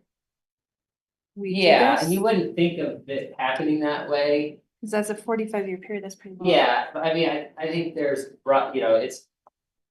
You wouldn't think of it that way, but if for some reason you got your HTRZ approved and then, the real estate market was on ice for a decade. Right, you could start your HTRZ collections in year 10, and you could collect 25 consecutive years at that point. Right, so once you start, you can't stop. So that's how they drafted it. Thank you. Okay, so the TTIF, I don't think it's worth spending too much time on. The TTIF, sales tax increment flows into TTIF. And then projects would have to individually apply for grants to access Sorry, what is T-tip? that money. It's basically a program, the sales tax increment flows into this program called TTIF. I don't know who administers it. Do we even have sales tax on this if we have a property tax increment? Are we double dipping here? Not double dipping, if your HTRZ had a residential component, but it also had a commercial component, Which this one would, right? it generates new sales. Incremental sales above the base year. So if we added a new, in and out, right? So we've increased the sales tax flowing into this. Incremental sales tax above the base year with 15% of it would flow to this TTIF fund. And the fund, it doesn't flow to the RDA like the property tax would. It flows to this separate fund that developers and jurisdictions can apply to access those funds to pursue certain projects. So we're only giving up 15% of the increment that we collect in sales tax. We're not giving up, so we're giving up more property tax than we are sales tax. Correct. Now you're giving it up as the city, but the school district, all the districts are giving it up to the tune of 80%, right? So. Yes, that's how it works. Any questions on this one? Yeah. I'm sorry, I'm sure I only caught part of this, but is this something the council has to come to agreement with the other taxing entities on? That's the beauty of the HTRZ. So normally, when you do a CRA. Right, of course. You have to go to each individual taxing entity. Yep. And get their approval. Not with I this. think. I'm maybe speaking out of turn, but what I suspect happened was. It got awfully hard to do that. Yeah. Right? So I think at the state level. For folks up on the hill trying to endeavor to accomplish state level objectives. like increase housing, they've come up with this tool. Got it. Now, maybe jumping ahead a little bit, so it's not like there's no input, right? So we package up an application, right? And we'll talk about that in a minute. So we submit it to the governor's office of economic opportunity, who leads this up. And then we all sit down in probably this room and we have a meeting. And we go through the application.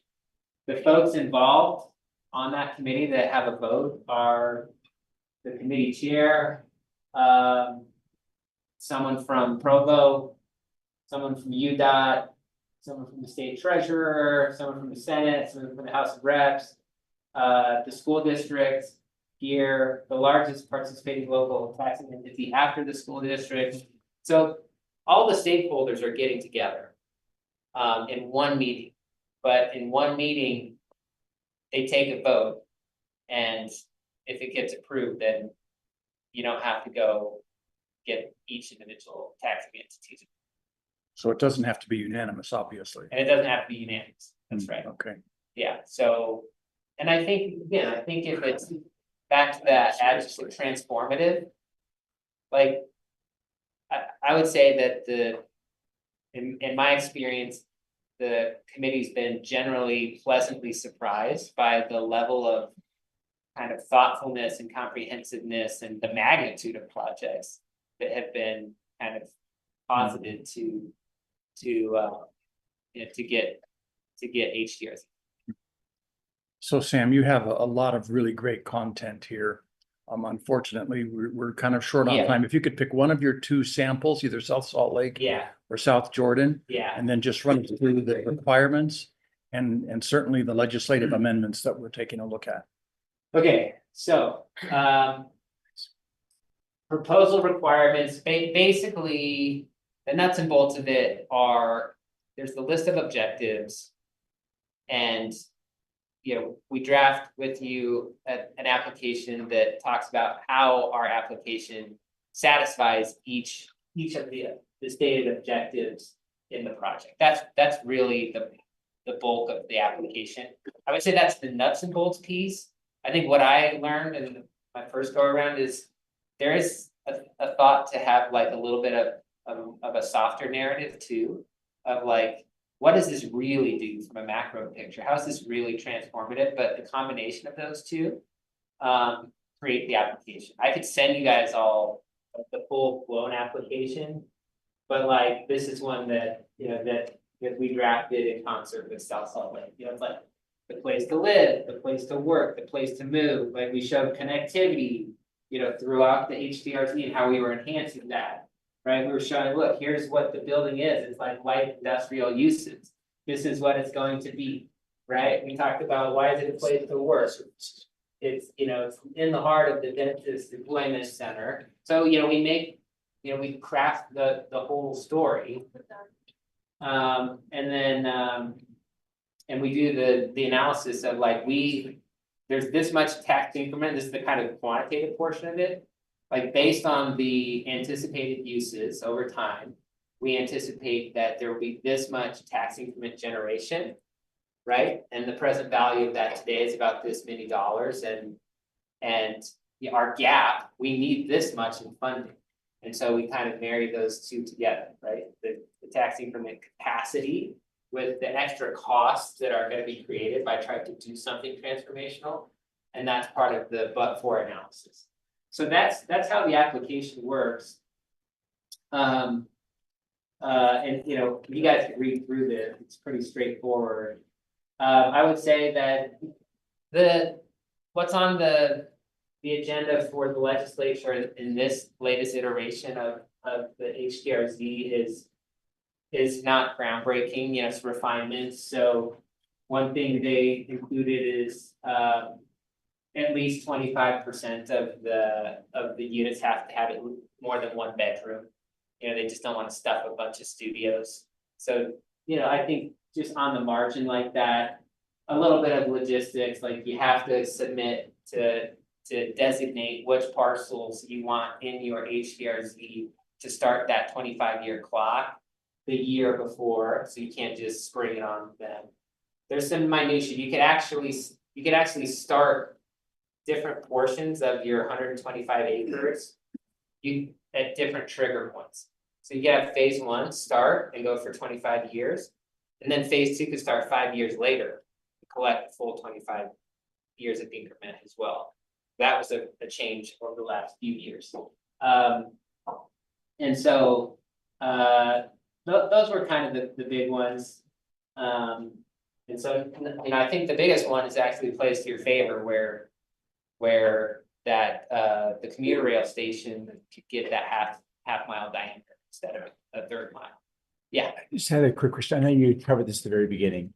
And what portion of the house, what's the guidelines around affordable housing where AMI, you'd use percentages of AMI? Yeah, it's 80% of the county median income for 9% of the total units in the project. You said 9. Yes, and then Nine. there's 3% has to be at 60%. Okay. So it's a total of 12% affordable at those thresholds for families of similar size. So that's, you know, a little bit in the weeds, but it's like, okay, for a family of 4, here's what the AMI is, this is what we need to hit. Those units need to phase through the course of the build out. So you can't just stuff them all in the last year, right? You kind of have to maintain 12% as you go. Yep. You Which said earlier that was county median income, not city median income, is that correct? county, yeah. So, Bill, what is that? So the county median income, it's gonna be higher than Provo. Well, I realize that, that's why I'm wondering. It's in the general plan, I just don't remember off the top of my We'll head. look it up. It's in the general plan. Send it out, but Yeah. it's pretty high. And that's a It's way higher. minimum, right? That's the 12%. Yeah, 12% minimum. You can go higher. It used to be 10. The legislation started at 10, then they bumped it to 12. And that all stands independent of ownership versus rental or? Yeah, it's interesting, and tell me when I have to shut up, because I could talk. You can forever. take 4 more minutes. Okay, so they did add an objective in one of the later iterations of the bill. That one of the objectives is to enhance owner occupied units. And it's probably being recorded, so maybe I'll get in trouble, but I would just note that. Density that's 50 units per acre or above. Tends to be for rent. Right, and that is a requirement of the HTRZ. So it's kind of hard to, I think it's kind of hard to really hit that owner occupied objective. When you also have this other constraint of it's got to be really dense. Unless they're condos, right, for sale condos. I think. And that- why couldn't they be for sale condos? So they could, yeah, they could. I know, why did you say it's pretty much gotta be rentals? I just think that in the market. Just the market dynamics and the players in the market tend to build for rent. I think the capital is there for it, it's easier to finance. I think there's, with condos, you have construction defect litigation, which I think puts a damper on the amount of condos. But that's also being addressed through legislation as well. Well, yeah, so I think if that starts kind of resolving itself, I'd like to think we'll see more condos. I think condos are a great product. I'd love to see more condos. I'm just pointing out kind of this, you know, you've got a kind of a give and take there. Yeah. So just for context, every downtown apartment building that's been built has been over 50 years old. Easily over that. Yeah, Just yeah.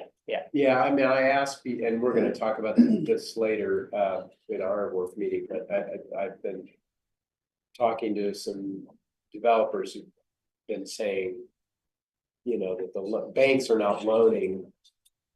They're loaning for rentals. They're much less willing to loan for ownership models. So I would tend to think That's that's true. I mean, the multifamily industry is pretty well oiled.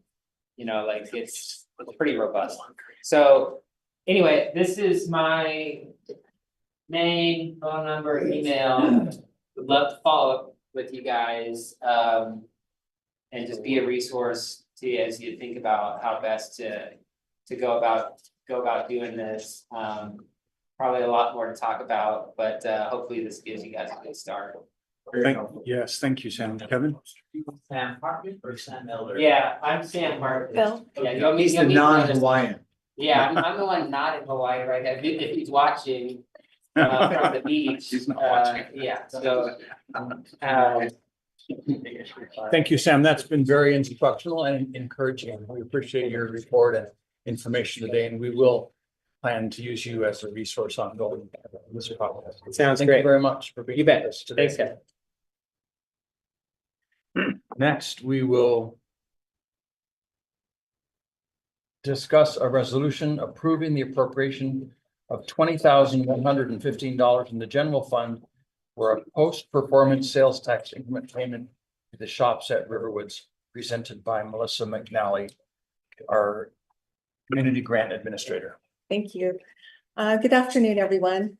I'm here to seek an appropriation for the Development Services Department for an economic development sales tax incentive that was it was approved back in 2018. This is for the shops at the Riverwoods. And the effective date is September 22nd, 2021. The amount is reflective of the agreed 0.5% over and above the sales tax performance. And this is the third year. Sandy, is that right? The third year, sorry. The third year, this is a 15-year agreement. It's 15 years or 1.5 million, whichever comes sooner. So do you have any questions for me on this ask? Yes. It's more like a thank you. I was the one that asked for all of this financial information every time we got this. So I do really appreciate the time and work that you spent on this, Melissa. Yeah, this was, wish I could take the credit. This was all Sandy. I'm just Sandy, the presenter. Sandy's the worker on this. So yeah, she's pretty fantastic. I've never seen the actual sales tax numbers for the first time. Yeah. That was great. Very helpful. Okay, We've never seen that before. okay. Sandy, good job. Yeah, you're setting a good standard going forward. I love it. Any questions on this appropriation? So will this come to a council meeting then, right? It will, I think in another 2 weeks, it'll come to the council. All right. If there are no questions, we'll move to the next item, which is a resolution approving the appropriation of $84,784 in the general fund for contractual sales tax increment post-performance payment to Parkway Village. Melissa. Okay, so this is a similar, again, this is for an agreement that was made in 2016. The effective date is 2017. It's for a 10-year term. And it's another 0.5% over and above the sales tax baseline.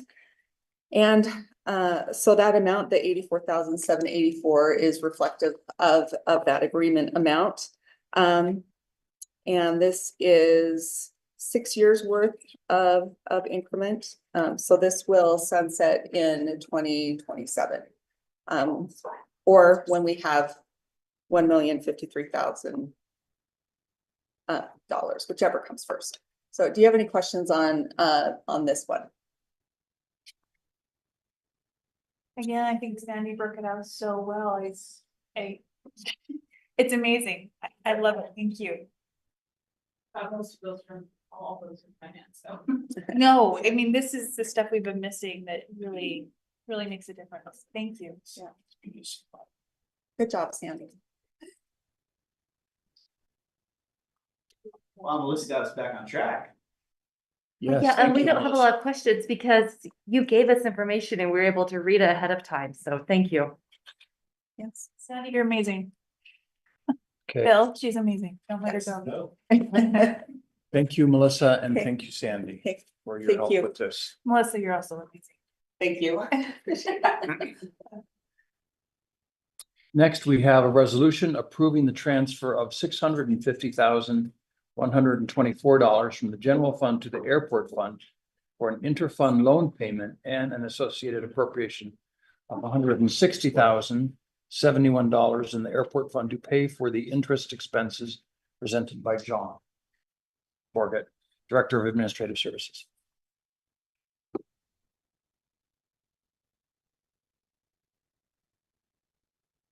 Yeah, to give just a little bit of history, back in April of 2020, the city had an opportunity to purchase some property that was adjacent to the airport.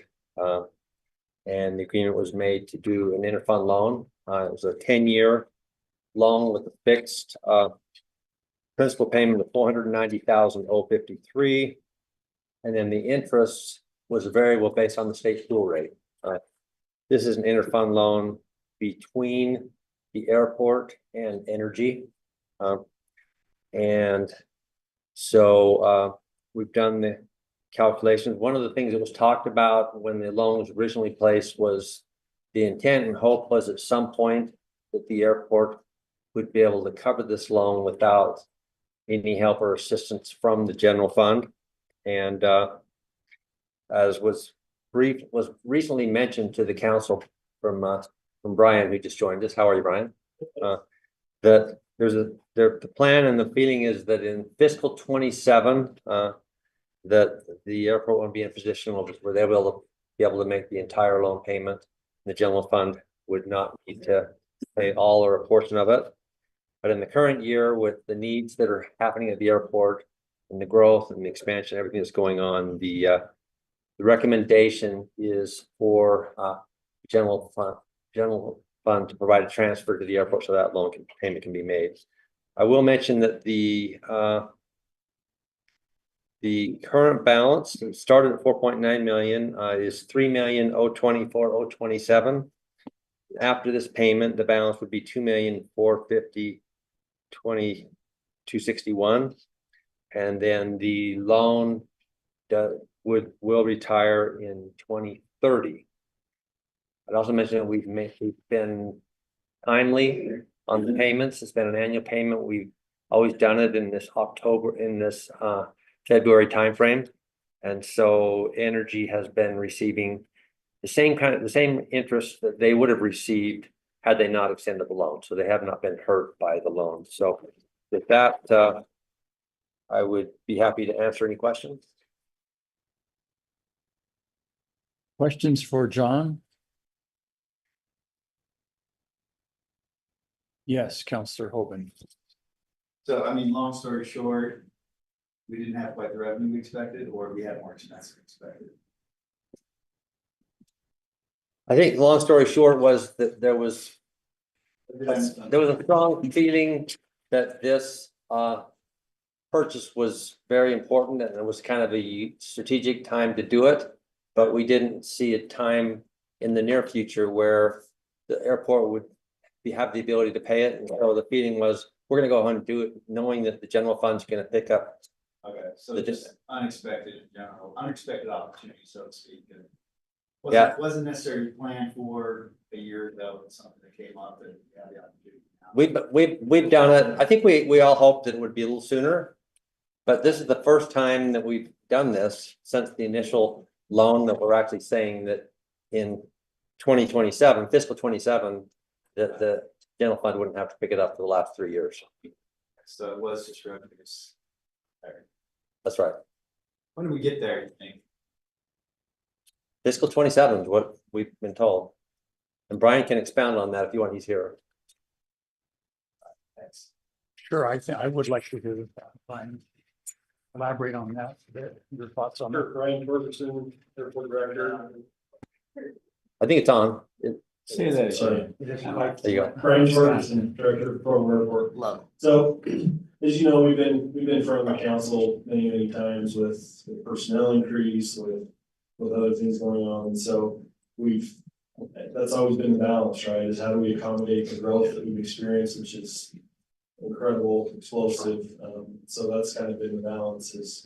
And we had that conversation, right? Do we put off what we're doing and pay this loan payment, or do we go ahead and ride this wave of momentum that we're seeing at the airport?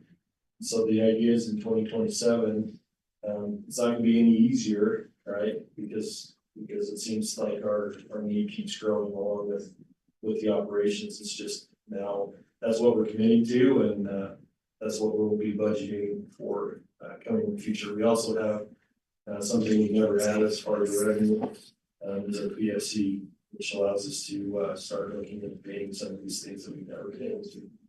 So that's, It's a public facility charge. It's a fee that's approved by the FAA. Typically set aside for a very specific project. It's all like an impact fee, but it's charged to each passenger on your ticket. So it's very regulated in what it can be used for. And we have that option to pay for some of these sorts of things. so that's one more fiscal year after this one. Correct. Okay.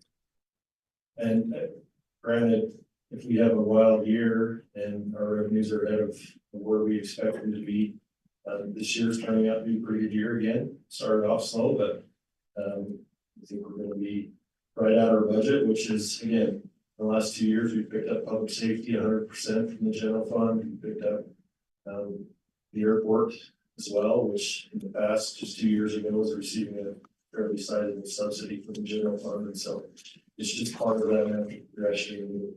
We expect in 2027, we'll see that just that additional revenue to be able to cover the spend. And I would add each year, including this year, we've always met with Public Works and the airport and Brian or his predecessor and had discussions about whether the airport could cover a portion of this, and we would be back again next year. What we're saying right now is that next year would be the last year, but like Brian said, maybe next year things will be a little different and they'll be able to cover it. Okay, well, I apologize for asking questions that were already answered and I wasn't listening. No, Sorry for being that guy. no, it's a good discussion. And I would also add that our recommendation is that this go back for council action in 2 weeks. Any other questions for Brian? Or John? Okay. Thank you. Thank you, John.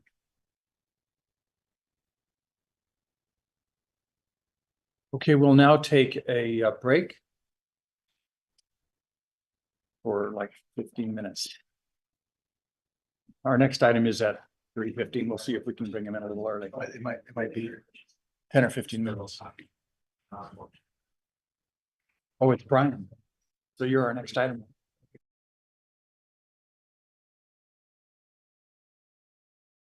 Okay.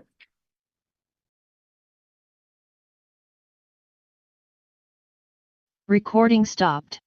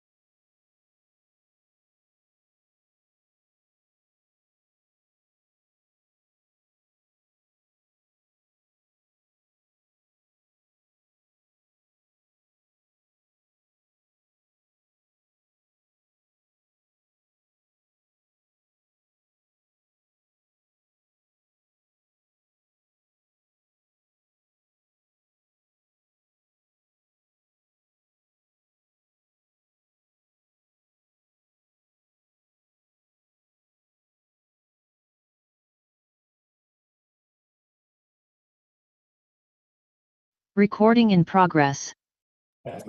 Wow. It'd be fun here. Yeah, it'd be fun to have fun. We'll begin again our council session.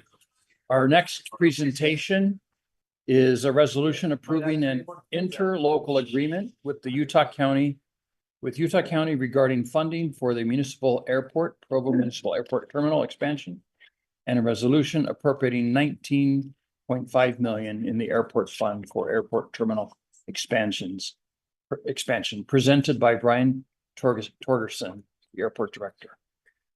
Thank you, Mr. Garrett.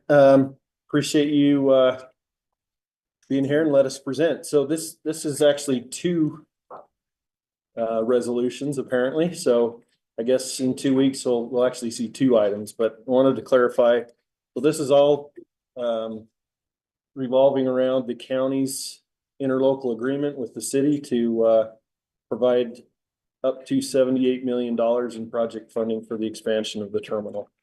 So this first part may be a little bit repetitive, but I want to go through it just to remind everybody why we're here talking about a huge funding contribution from the county. So July 13th, 2022, we opened our new terminal. This is my new favorite picture. It even passed up the one I took myself. Yeah. So anyway, That's this amazing. was just last week. So well, it was actually the day this was submitted. So as we've talked before recently, 10 commercial aircraft based at the Provo Airport, a facility that was designed for 4, 775 monthly flights in and out of the airport, which is something that is pretty significant. Our route map, so we're up to 16 nonstop destinations with 160 plus one-stop destinations, and obviously if you go to a 2-stop, you're literally, here's our tagline, anywhere you want to go, fly Provo, right? That is a reality. That's what American Airlines is doing. So American's numbers are picking up, which we're excited about that. Dallas is doing really, really well. Phoenix, not as well, but it's slowly picking up. And I guess that's to be expected. We have a lot of seats going to Phoenix and Mesa. So all 3 airlines fly to either Phoenix or Mesa. So you would expect Phoenix not to do quite as well on the network carrier side, but we anticipate a few more being announced here shortly. Nothing to share at this point, but we know there's a lot of interest from our airline partners and continue to see success. Again, you've seen this chart, pretty incredible. You probably read in a Salt Lake Tribune article or heard when Isaac and I went up and presented to the state legislature requesting money. There's some concern about, are we growing too fast? Is this a bubble that's going to burst? And I guess that's a reason for in every business in the world, that's a concern, right? And I was just talking to Councilor Bogdan. Right now, our airlines are doing well. They're making money. They're announcing more routes all the time. Why would they pull out at this point?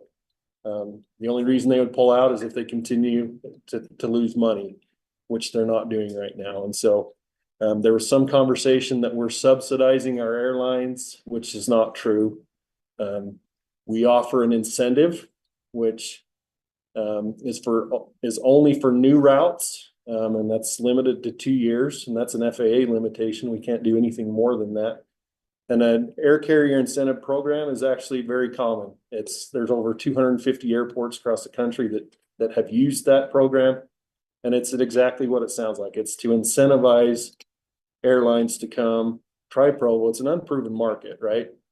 We know Salt Lake does well, but are people actually going to choose to fly Provo? The airlines don't know if they will or not, but yeah. So you mentioned that there's other carriers that you're talking to. Mm-hmm. Do you have capacity for other airlines? Yes, we do. We have to get creative. We have pavement on the airport that we're parking planes.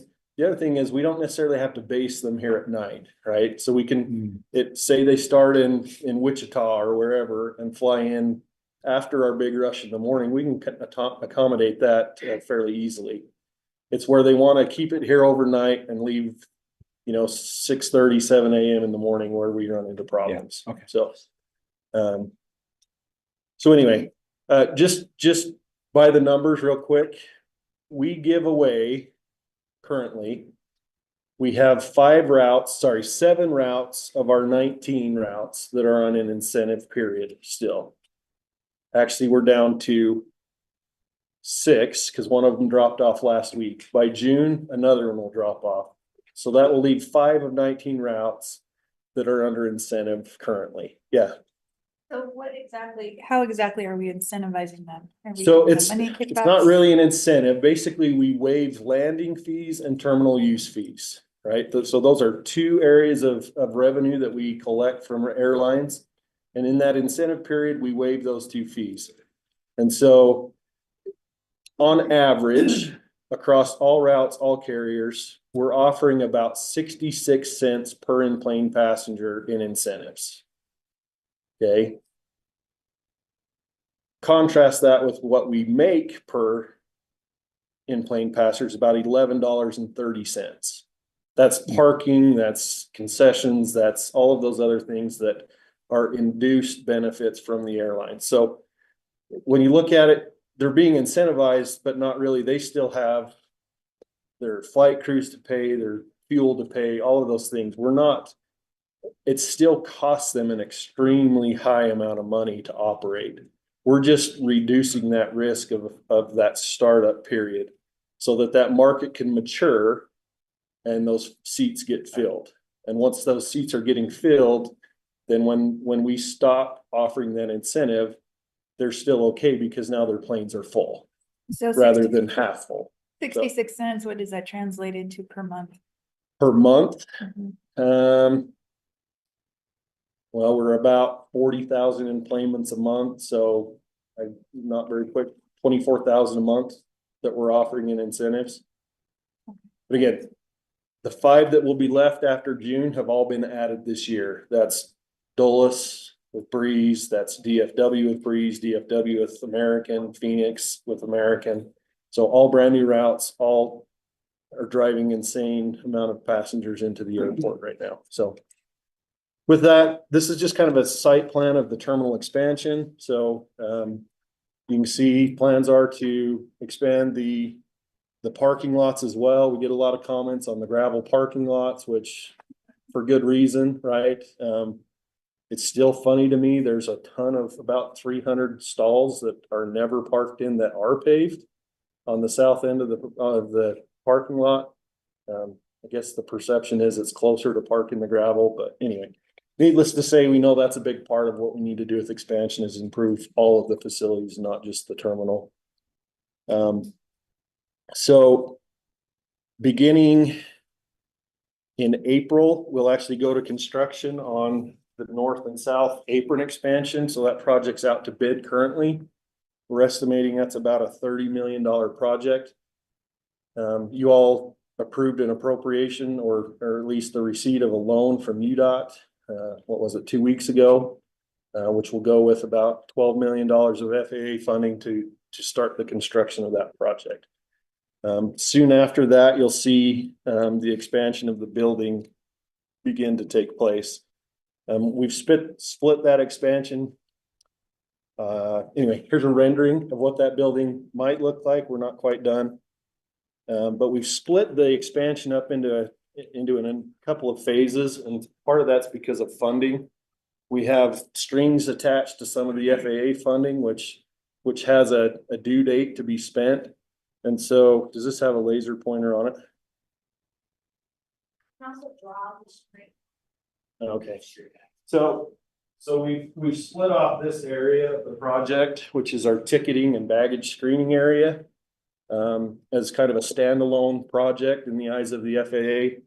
One, it's small enough we can get the design plans done, awarded to a contractor and started building in time to meet those funding deadlines. And 2, that's the choke point of our operation right now behind the apron expansion. Soon after that, we'll be in the design of the terminal itself, the rest of the terminal. So here's kind of the upper level, your typical airport concourses on both the north and south end. Let me go back a slide.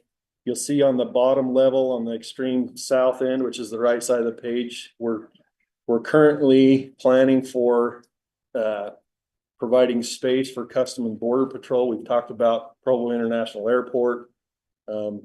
So right now, that's kind of the last priority of the expansion, as far as finishing that space out.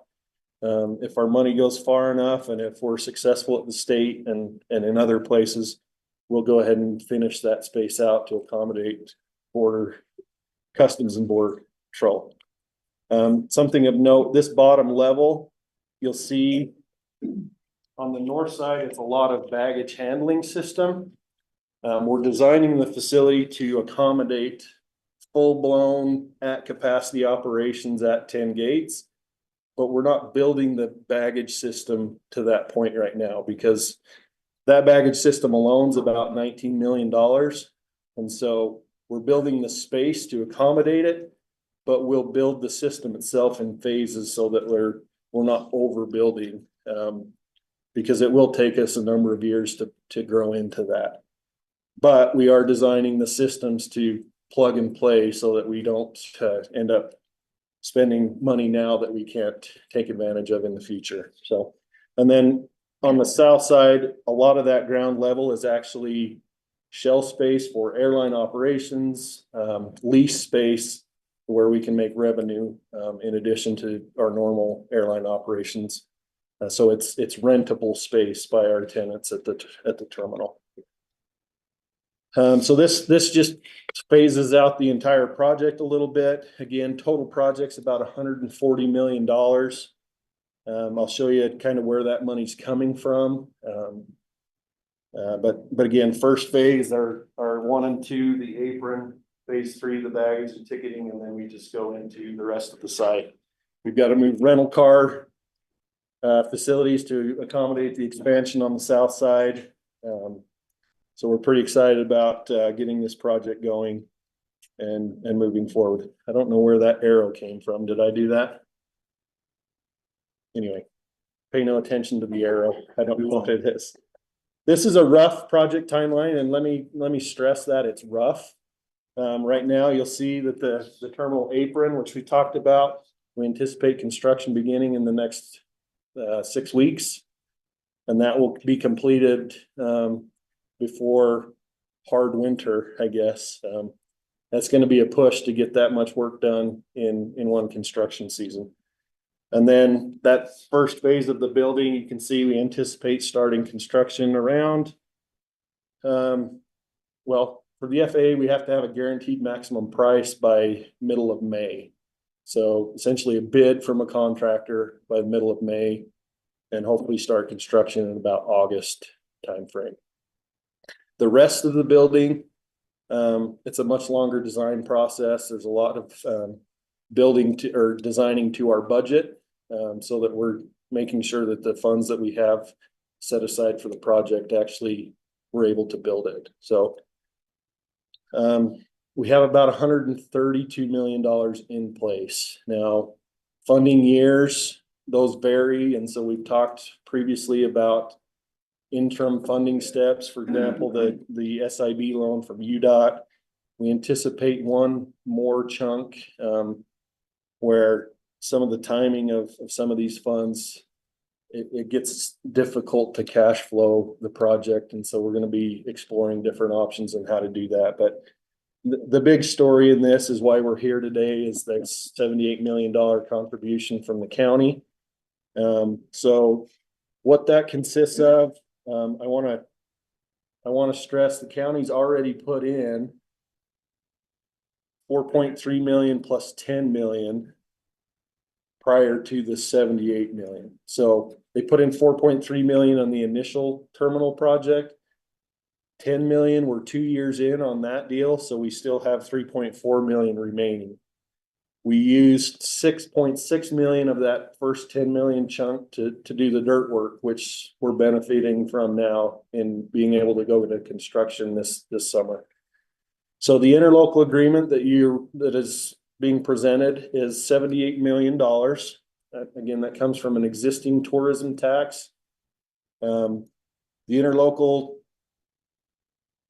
it specifies 19.5 million of that coming up front. So as soon as this interlocal's signed, 19.5 million will go towards that first phase of the building construction, that ticketing and baggage, as well as the design for the rest of the building. And then after that, over the next 15 years, they've committed up again for a total of 78 million. Now this part, in the interlocal, if you've read through it, it anticipates a bond of some sort, a revenue bond that's backed by these dollars from the county. Whether the city ends up bonding, using this as the backing, and we've worked in the interlocal agreement, the coverages that we need to ensure the most advantageous rates and all of those things that I don't fully understand, but Dan Follett and John Borgett do. Also, our bonding attorneys were involved in that. Or the county may choose to pull the bond and just issue us a check up front. And the goal is to get the most amount of money into construction and reduce the interest burden on that bond. And so that's part of why you see such a big front chunk up front. Is initially we started, well, if we do a 20-year bond at, we were paying $24 million in interest, which that hurts, and that takes away a third of your funding. And so the county's been excellent to work with in leaving that option open, so that we can figure that out over the next 12 months as we progress through the design. Who's going to bond? How much are we going to bond for? And what? Hopefully those interest rates come down so that we can put more money to construction. The other part of this presentation is the actual appropriation of the 19.5 million so that we can spend it. And so again, in 2 weeks, that'll be two separate items on the agenda. So with that, any questions? Councillor Pogden. Okay, so tax and tourism dollars. Is that like a tax on hotel rooms or? Yes. Hotel rooms, restaurants, rental cars, and I don't know all of the other pots, but yes. So The county pulls in, what'd you say, Jimmy, about 14 million a year? Anyway. Okay, So this by no means it's takes, just a little. it's a chunk. Cause I was worried if our sales tax is starting to go down, their travel and tourism dollars. Yeah, this is not even a third of their annual. I mean, it's a small percentage. Does this contract guarantee us this? So even if it goes down, we're like the first to be paid out? Yes. So a lot of that was anticipated with liens and other things that we were the first lien anyway. And again, some of those things I don't understand, but our finance folks do. So. And this contract that we're entering into, does that make sure that we're guaranteed that money no matter what? Well, I was gonna say, I mean, the county could go bankrupt, right? But it's a legal obligation to pay us that amount of money every year. It's not contingent upon them bringing in that amount of tourism tax. It's an obligation to pay them. So if they only get 3 million in, they'd have to find 900,000 someplace else to give to us. Right, and specifically to Brian Torgerson's earlier point, specifically because of the contemplation that there will be bonding, they are obligated to not obligate their other tourism tax dollars in a way that limits the ability to satisfy the bonding requirements for this. And actually, they even have to, on an annual basis, set aside an amount. There's this thing called 2 times coverage where the bonding agencies require that you to demonstrate you actually have twice as much money as needed to pay. So every year they actually have to set aside double what they're going to pay for us until the bonding agency clears them, and then they get the rest back. But they have to set that aside every year. Thank you. Isaac, are there any other concerns or issues expressed by the legislators that we should be aware of? Oh, good. Let me think. Good question. Yeah, I mean, it was concerned that we might, there was a concern that why aren't we like Salt Lake? Salt Lake built that whole thing off airline generated revenues, the most recent expansion. And we concede we are not as strong and financially viable as Salt Lake City Airport. Yet, thank you. And I haven't gone back and looked, but I would be surprised to find that they haven't had incentives along the way somewhere and some state help along the way. And their concern really is just, do we give more money? They've given us money in the past. Every time we've asked, the state has come through with money. And there are a lot of priorities, and it's a very tight fiscal year. So there were some members of the committee that were thinking other things were a bigger priority than this and pushing back on giving more money to our airport at this time. So that is what it is. Okay. We frankly, traditionally, have not succeeded because the committee put us top of the list. We've succeeded later in whatever happens up there at the Hill. And so the fact that there was some committee pushback is not a new experience for us. You have a committee of legislators who have all kinds of priorities and hear about all the needs of the state all day, every day. And here comes a group that says Provo Airport, and some of them say, I love it. And some of them say, I don't. I think there are other more important things. So that's how I interpreted the discussion. And the worst they can do is not give us this year's requested money. So that's what the committee was wrestling with, is where do things fit in priority? And so we took a few tough questions and comments, but that is what it is. Very thankful. Thanks for that helpful report. Yeah. And if I can just say one more thing while I'm at it, in case it hasn't been said enough, well, of course, we appreciate the county, but those of us who've been involved have just been so impressed with how even this little detail that Brian just shared of 2 times double coverage in your bank account. That's something that the county thrust upon us as something that would get us a lower interest rate. We want to encumber more of our funds to help you get a better interest rate. We want to give you 19 million up front, since that will save you. They are just bending over backwards in remarkable ways. Every time we met with them, I feel like we came away with a better deal that we didn't ask for. They thought of some other way to help. So thanks for letting me take one moment to just go, wow, this was amazing. And they've been just amazing to us. Great. Thank you, Isaac. Yes, Councillor Hoban.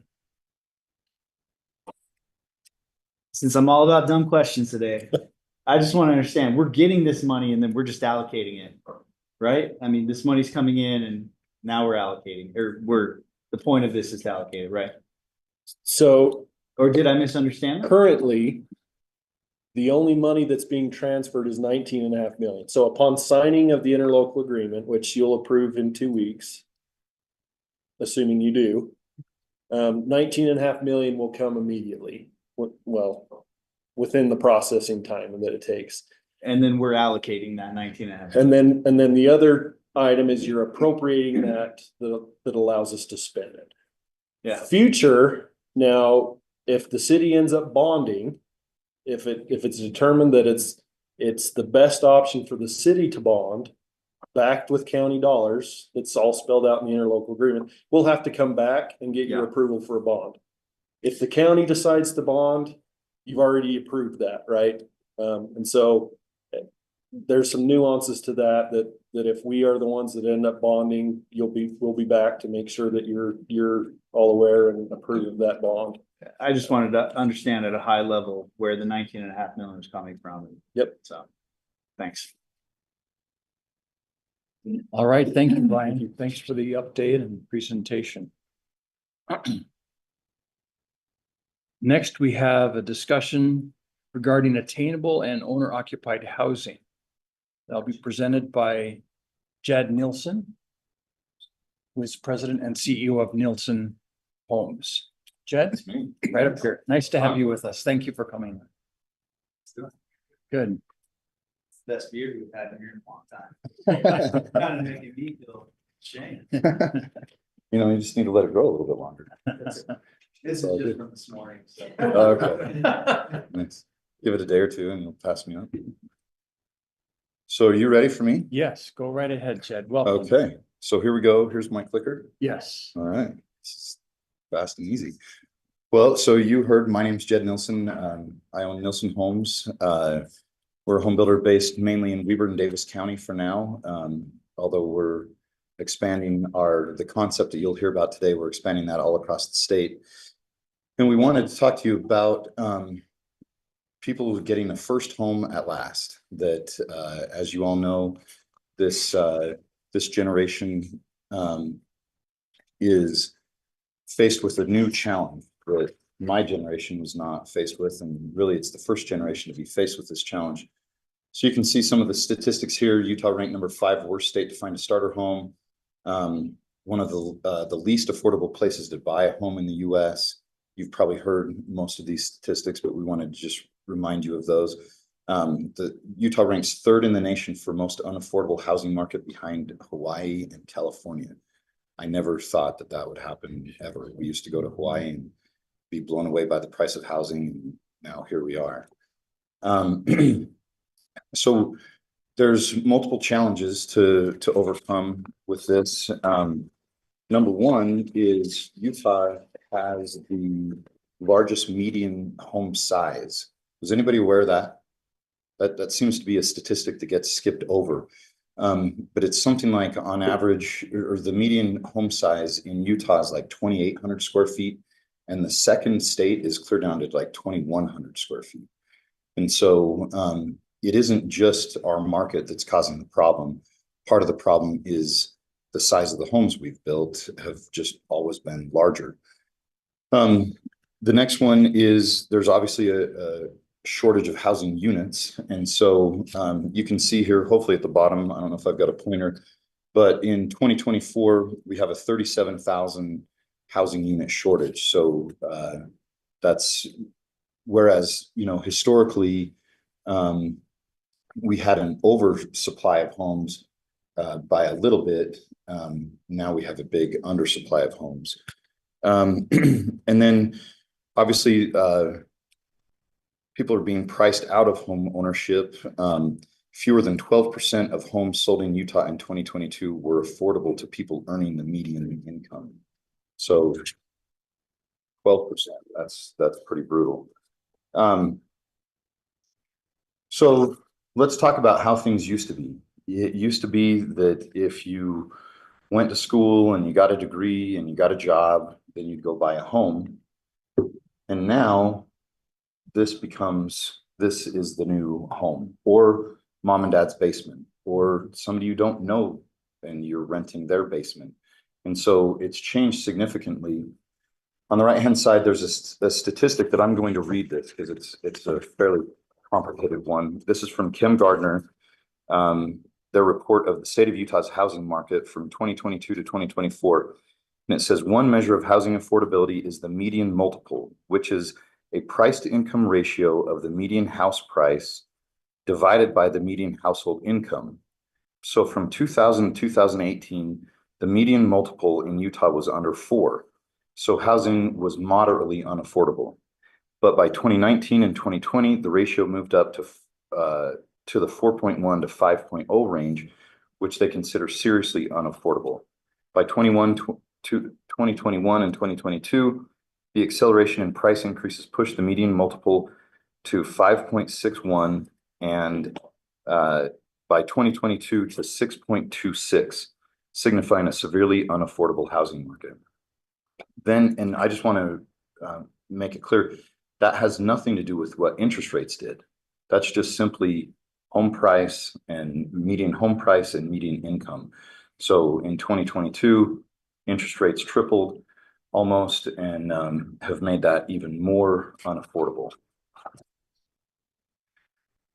So because of this problem, the governor became very aware that our entire state of Utah economy is at risk if we don't fix this problem. And so he came out with this initiative that the state would build 35,000 starter homes in the next 5 years. Has everybody heard of this initiative? I'm hoping so, in the news. And yeah, here he goes. His quote is, "I believe the price of housing is the greatest threat to our prosperity. We cannot allow an entire generation to never own a home. We must build starter homes again. Today, I'm proposing the largest starter home initiative in the country. Our kids deserve this, and we must build." And our team at Nilsen Homes, clear since, before, it was probably about in 2017, 2018, we set out on a big wild goal that we would at some point be able to innovate the way that we build homes in a way that they could be affordable on a single income. Because I found when my wife and I had children and she was able to quit her job, I realized what a blessing that was, and that's not an opportunity for everyone. And so for people to have the choice to not have to work, or for single parents to be able to afford a home, we thought that was a big deal. And then, of course, in 2020, the goalposts got moved, and then it got moved again in 2022, and it just keeps getting harder and harder.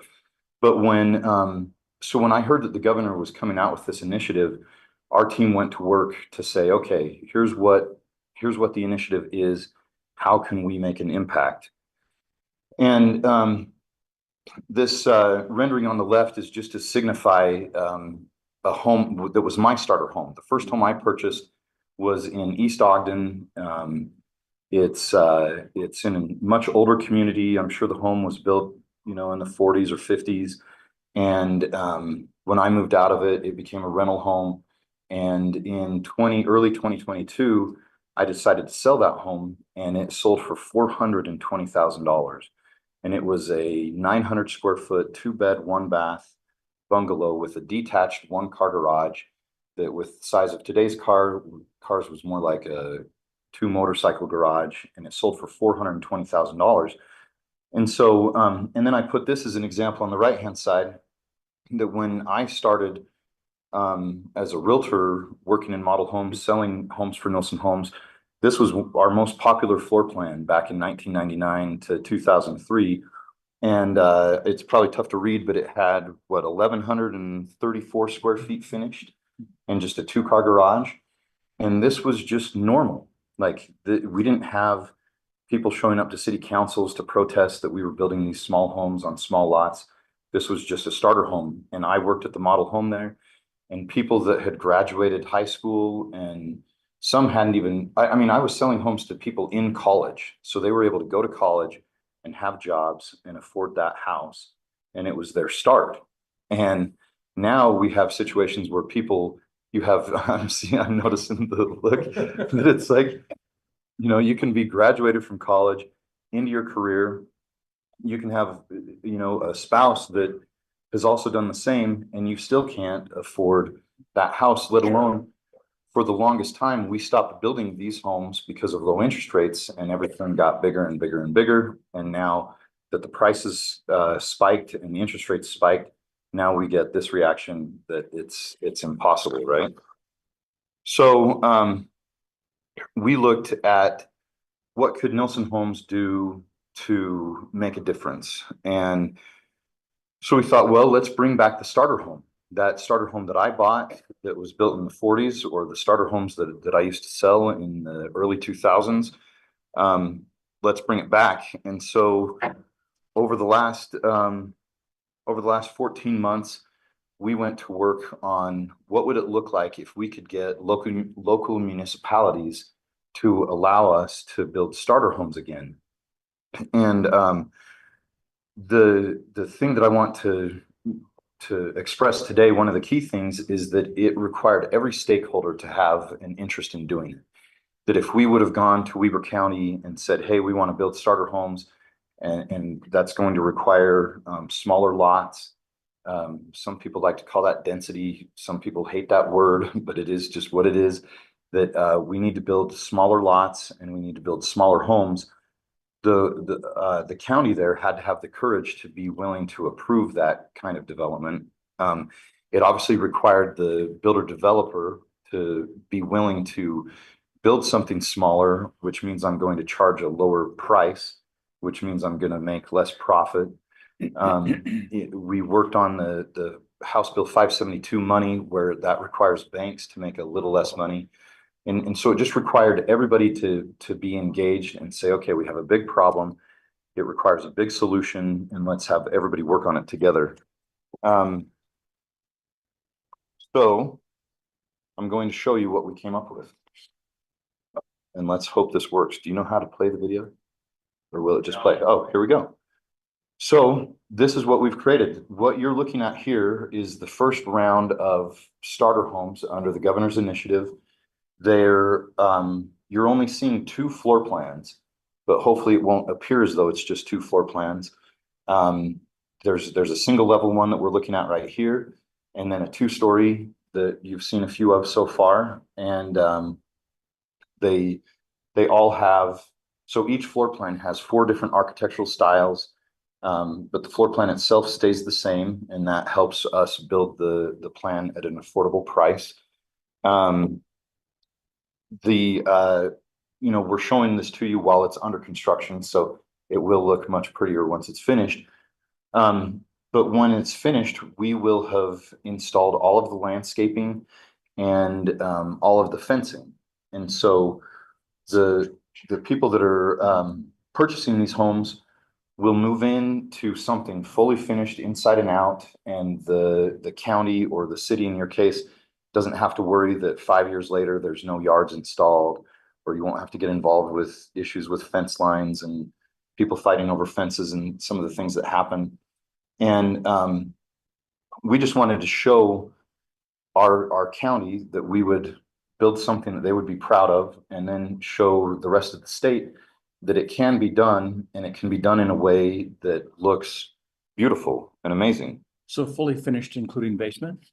So the first 12, we are not able to do basements because of the water table.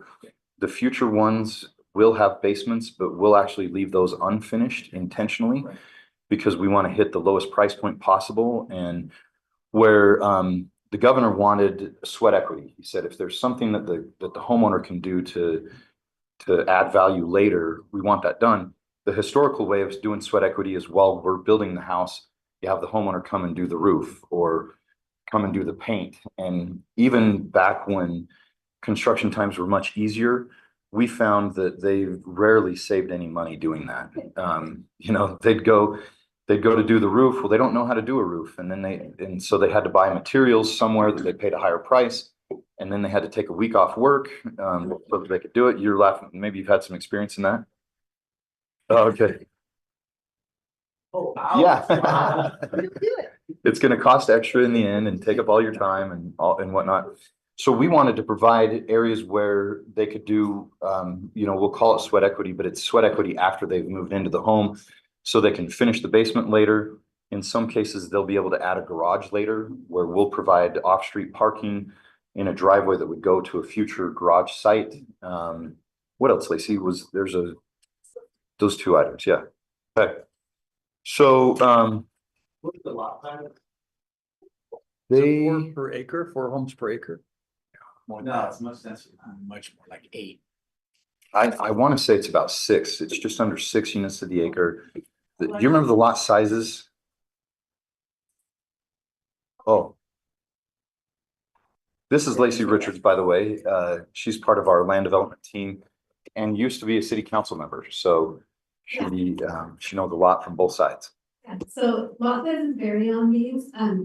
These lots are maybe, as you can see, they're oriented to the streets on these. They're alley loaded to those 1-car garages, so they're a little bit different orientation. Some of the ones that are gonna have the future garage sites that are facing the street for the garage, those will be narrower but deeper.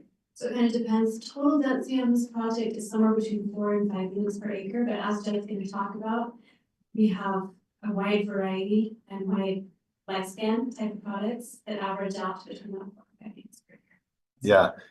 So I think if we were to just condense the starter homes in 1 acre, it hits almost 6. But in the community that I'm going to show you, the overall layout, it's lower than that because we've got various different product types. So let's show you, just to give you an example of the designs. Here's a home that sold for $370,000 Landscaping and fencing included. It's 2 bedrooms, 2 baths, 1 car garage. And I think I've got a video of it. Do I have a video of that? Curious, on its design, obviously maximize the front and side yard, not the backyard. So when you say fencing, are you fencing the front, but it's right in there? So I wish I had a layout of show. It actually works out that they do get somewhat of a back side yard without fencing in the front. So the front will look like every other home, but then basically as you get to the side of the home, I think this is where the fencing will begin, and it'll, oops. Yeah, you can write on it. Uh-oh. I have to do it. But and it'll go around, and so it's not much of a yard, but we understand that with people with kids or people with dogs, they do want to keep them enclosed. So that's how that's going to work. Okay, so let's show you the so this one's 370, includes the landscaping and the 1 car garage. Okay, so now this is the 2-story design. This one's 3 bedrooms, 2.5 bathrooms, also a 1 car garage, and these homes sold for 400. 1447 square feet all in, or just finished and then there's a basement, or? That's all the living space. There is no basement on these. In the future phases, there would be a basement that would add probably 600 or 700 square feet to the total, but that would be left unfinished, and that does not include the garage square footage. So, you know, when we've gone to municipalities and they go, oh, you're going to build a house that's 1,100 square feet and 1,400 square feet, that's a tiny house. And I'm going, well, back in 1999, you know, I could go back to that slide. That was 1,134 square feet. And that was everywhere. We were doing developments that were 100, 120 lots each. And a huge percentage of them were homes that were between 1,100 square feet and 1,400 square feet. Developments have an HOA or? Yes. And what has been yours? I guess, have you finished one yet? They're almost finished. They're all sold. So they have, as soon as we put them to market, they sold immediately. Awesome. So on your HOA, is there any rules with parking? Because obviously people are gonna have more than 1 car, a lot of them. Is there rules about parking or not? Yes. So maybe to give you some background, when we looked at doing this, I took the whole team, we rented a bus and we went on tour because I wanted to show them the neighborhood where I had sold that $420,000 home. And there were a few key factors in what made that a nice community where that we wanted to mimic. Number one was, you know, at this point, all the landscaping was installed, the trees were matured. And so I said, if we're going to do this, we need to include the landscaping. So then came the question of, well, what about we include the landscaping and then people let it die and let it go bad? And so we said, okay, we've got to have it HOA maintained. So we've got to have a professional management company that maintains the landscaping so that it's not an option to just let it die off. Because part of that tour, we toured good communities and then we toured communities that I wanted to make sure we didn't mimic. And where I grew up, there was just one portion of the community that I lived in that turned out to be terrible. And even when I was a kid, everybody, you know, there was a name for that community, and now to this day, it's rotten. And so you drive through there and there's cars parked on what should be the yard and all sorts of things. And so I said, you know, because I'm born and raised in Utah and I plan on staying here till I die, and I have 4 kids with 1 on the way, and I want them to all have homes in Utah. And I also, since I'm going to continue to live here, I don't want to build communities that then get made fun of, like the one that I'm referring to. I want people to be proud of the communities that my company built. And so we said, okay, we do need to address parking. And so it's tough to see this, but you've got a 1-car garage, but then there's another parking stall right ahead of it. So you could park 2 there. And then we did an additional parking space. Yeah, there's the arrow. I keep touching it accidentally, adjacent to it. And so if you only had 2 cars, you could park 1 in the garage and then 1 that wouldn't block there, but you could get a total of 3. And just for our education, what's the difference in price if you built a 2-car garage with that same house? It would probably add 12 to 15,000 dollars to it. Same, same thing, the basements are gonna add cost as well. So as we get into the development, we may even choose to not do basements where we can if the prices keep getting, too high. Because what we want to have is an array of housing between 350 and 450. And it was important to us. At one point, they wanted to cap it at 400.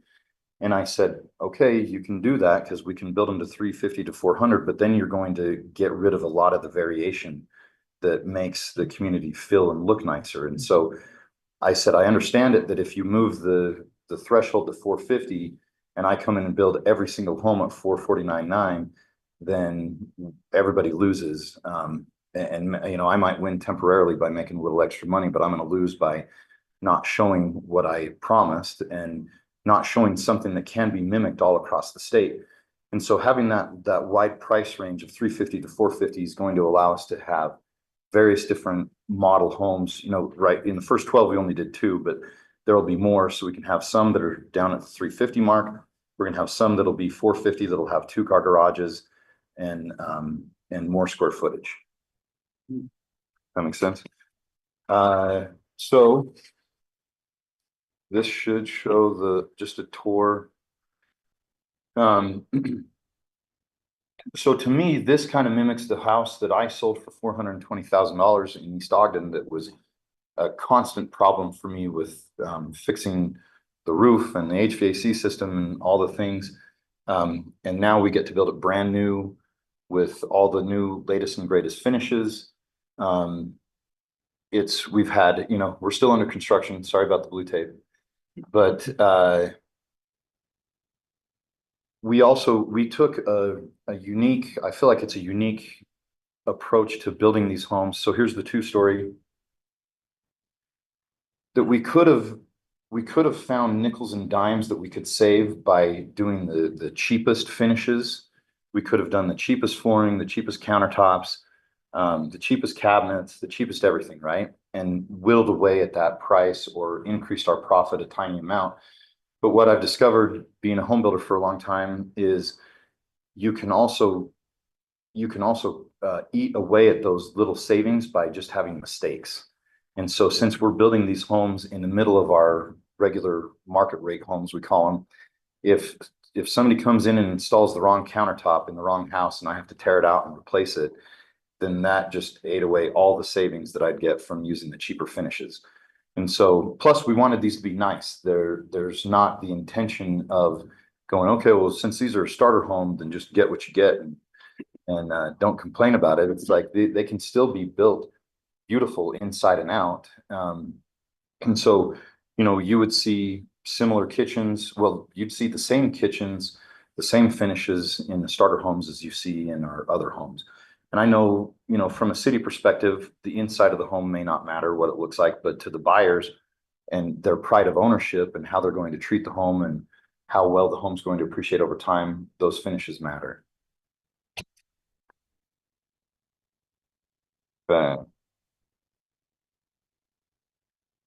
So our concept in how to build these is also very unique. I've taken a lot of criticism for it that people just don't really understand it because the theory to most people is, okay, if you're going to build these starter homes, even if you're going to build them in a master plan community, then what you should do is pick a corner, let's pick this back corner that nobody's ever going to see, and let's shove all 275 starter homes back there and put all the different homes out in the open. But as we drove through these communities like East Ogden like Sugar House, I'm drawing a blank on some of the names of the different communities that you guys would recognize, but part of what made them such nice communities is the intermingling with a smaller starter home and maybe a larger move-up home and then a mansion and everything around it. And it not only makes the streetscape look much nicer, it's also just better for society. It's better for upward mobility if the kid that lives in the 1,100 square foot home is friends with the kid that lives in the mansion, and they can it just increases the likelihood of upward mobility. And at Nilsen Homes, our vision is that we improve lives by creating community with love. And so as we approach this, we said, okay, how do we apply this to starter homes? We can intermingle the starter homes. So what you're seeing here is where there are darker shades, those are the starter homes, and the lighter shades are the higher priced homes. And so you can have starter homes right next door to a higher priced home. And we, again, a lot of my consultants and different people in the industry said, you're nuts. Nobody's ever going to buy a higher priced home next to a lower priced home. And I said, well, watch me, because I think we're going to design them. And so they look the same, they feel the same. And so I just found out last week, the first batch of regular priced homes came out, and they're right next to the starter homes that sold for $370,000 and $400,000. The first one went for sale and it sold for $580,000. And their backyard is the backyard of the $370,000 home. And so, and if you look at older neighborhoods, this is only a recent thing where we had all this income segregation that you have to put, this priced home here and this priced home there. Back in the day where I sold that home for $420,000, it's all intermingled. And so it looks much nicer. It feels much nicer. It's better for society building, on and on and on. Go ahead. Yeah, like this chart, and I have two questions about it. The yellowish colors without anything on them, is that gonna be the townhomes or just not blacked out like everything else? Okay, yes. So there are some townhomes in here What about that, the yellow? What's gonna be on the yellow? oh, the yellow. So that is parks and open spaces. The yellow's the townhomes, the green is the park. Oh, Yeah, excuse me. yeah, sorry, Thank so you. in a couple of different Lacey colors. too. So these are going to be townhomes? Is Yeah. that what you're saying? And then this is gonna be commercial. Yeah. That's And then commercial. the one's here's white. parks. Yeah, Yes. now what about this white spot? This one? Yes. That looks like We don't maybe own it somebody yet. messed up the yellow, or we don't know yet. Okay, sorry, I touched it. Keep touching the screen. I'm like a kid that I gotta put fingerprints on the screen. So that's why they look more dense. That's why they look more dense, because there is open space. So the overall density might only be 4 to 5 units per acre, but there's really on an acre, probably 6 or something like that. Yeah, it's not just for those neighborhoods, it's a cohesive communities. Yeah, so there's 1,000 homes total. And I don't know if you guys heard the history of this. What happened is this is in the county and it's in between two cities. And when we went to get our entitlements, this city said no, that city said no. We went back to the county and they said, go back to the cities. We went back. They said, okay, we'll give you 600 homes. Went to the other city. They said, we'll give you 600 homes. And we went back to the county and they said, we'll give you 725. And so we went with 725. And then the governor came out with his initiative.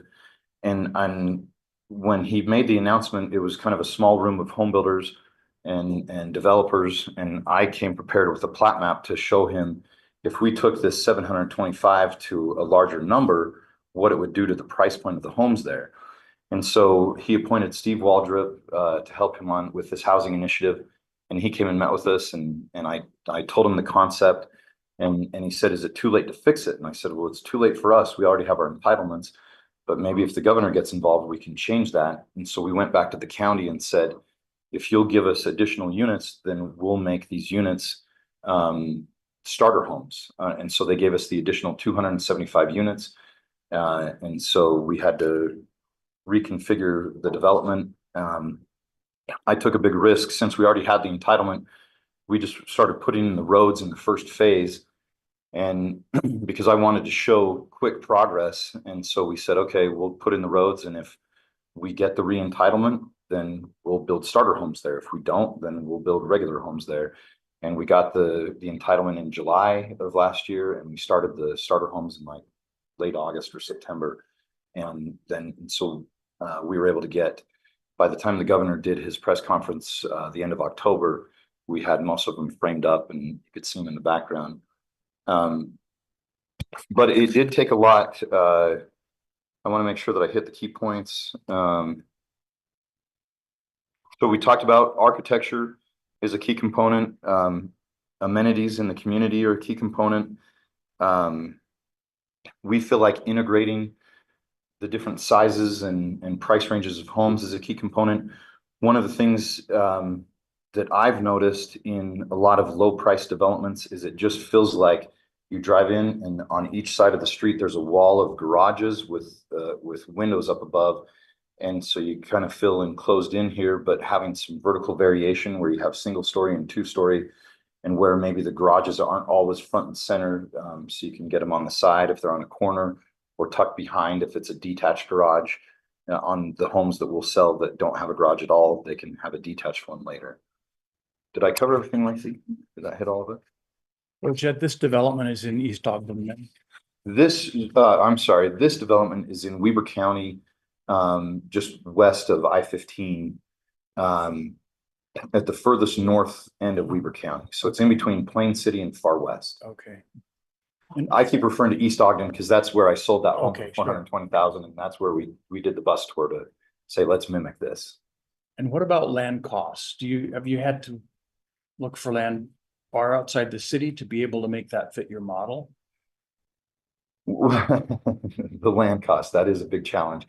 Where it worked out for us was we purchased the land at a cost that would work at a lower density. And so then when we got the bonus density of the 275 units, that's where I was willing to say, if you give me that extra density, then I'll do it at a lower price. And I know that's a challenge for cities, because a lot of times the developers are just saying, hey, give me the density no matter what. And I get that. But I felt like if I could get the higher density, then that allowed me to make a difference in my state and offer this, because these homes would all sell for at least 50 to 75 grand more than what we're selling them for, but they wouldn't exist if the county wouldn't have given us the extra density. And so, you know, I jokingly say some of my consultants and advisors, their heads have just spun like, what are you doing here? Like, you can't have the government tell you what price you can sell your homes for. And I'm like, well, the government tells me how many I can build. And so if they tell me I can build extra ones, then I'm willing to make less money on them, because now I'm solving a problem for my state and for the kids and grandkids of my friends and family and my own kids and all that. We, obviously we don't have a lot of land in Provo, but we offer density, and significant density where we want to like get condos or townhomes for sale. And developers often just say, oh, that won't pencil. Because I do believe it pencils, probably not penciling at the percentage they want to make. Like, what are questions that we should be asking to figure out if it really pencils? Lacey, what would be some good questions there? That's a good question. There's different components, as you know, that go into that pricing, and that competition doesn't pencil. Land price is a big one, but horizontal development costs, or just getting to the point where you've got utilities, roads, that's a big cost. And you can look at two pieces of land and say, what's the big deal? Why are you telling me this one pencils and this one doesn't? A lot of that has to do with that infrastructure. Did I have to go 26 feet to tie into the sewer there? Did I have to install a lift station? Did I have to bring the power from half a mile down the road, or upgrade the power, upgrade the water line or something? So each one, I wish I could give you a simple answer, but the components you're looking at is the land price. Another one, honestly, is the carry price. So if it takes 18 months to get city approval on something, we're paying interest on it the whole time. And I would say this sounds counterintuitive for a developer to say out loud, but because there's been a push from the developers to say, just tell us where we can get the highest density, and then we'll go chase it. And the challenge with that is the land seller then goes, ta-da, I've got land that hits the highest density. And so there goes the land price, and so it doesn't pencil anymore. Versus if the zoning is at a lower density and the seller is okay selling it at that lower density, and then if the developer can come into the city and say, okay, if you keep us at the low density, this pencils, I've got it under contract, and I'll build bigger homes and bigger lots or whatever. But if you are willing to give me higher density, then you can start to work out kind of a negotiation like we did with Weber County. So I love the American dream approach here. Because that's the way you build equity. That's the way you build a future for the family. And what keeps an investor coming in and buying up most of this, an institutional investor, and it all turns into rentals? Perfect. So it's funny, we basically we went through the checklist of like, what can make this go bad? And kind of the first thing that can make it go bad is if we go sell it to a bunch of institutional investors. And so we've put on these starter homes a 10-year deed restriction that they have to be owner occupied. There's been a lot of debate on that. I was like, I'm okay if you do it 100 years or 50 years or whatever it is. There's an argument that even if you did it for 1 year, that would scare away most institutional purchasers, because you don't build all 275 and then sell them. And so the investor could just wait a year. You're selling one at a time, at a time, at a time. And so the thought that all of them would go sell a year later, it's just going to scare most of them away. So these do have a 10-year restriction. 10-year deed restriction. And so specifically, how does that deed restriction work? So if anyone is that through the HOA, or it's obviously recorded on the deed? I'm just wondering, so what keeps it from becoming a rental? Okay, so, and Lacey, you might have to make sure that or go ahead and take it. So, yeah, we did a 10-year deed restriction for owner occupancy. We were in kind of a unique situation with Beaver County because they said, we don't want to touch this. We agree with you, it should be a requirement. You know, it wasn't like they were twisting our arm. We said, yeah, we also want it. But they didn't want to manage it through their housing authority. I think some municipalities would choose that option. That wasn't. River County is in kind of an odd place in this municipal services space. So they didn't want to manage it. So the HOA agreed to say, yeah, we'll put it in the CCNRs and the county can audit us. And we can have to go through and say, yeah, we pulled all the deed restrictions. They're still enforced on these properties and it will be complaint based. So, I guess there has to be a certain level of trust that the county trusts us, that when we sell the home, that we verify that it's going to be homeowner occupied. But this is going to sound like I'm. Oh, good. Yeah. So they have to sign the affidavit. But also I've found that no one monitors communities like HOAs monitor themselves. And it just happens. Like 100% of the HOAs that we build ends up having 2 or 3 people that are in charge. And they drive the community. I mean, I've got a home in St. George that there is a woman that she's in charge of the HOA, and she walks the community every day. And her husband follows her around in his little Ranger thing. And she gets home and she mails out all the fines for everything.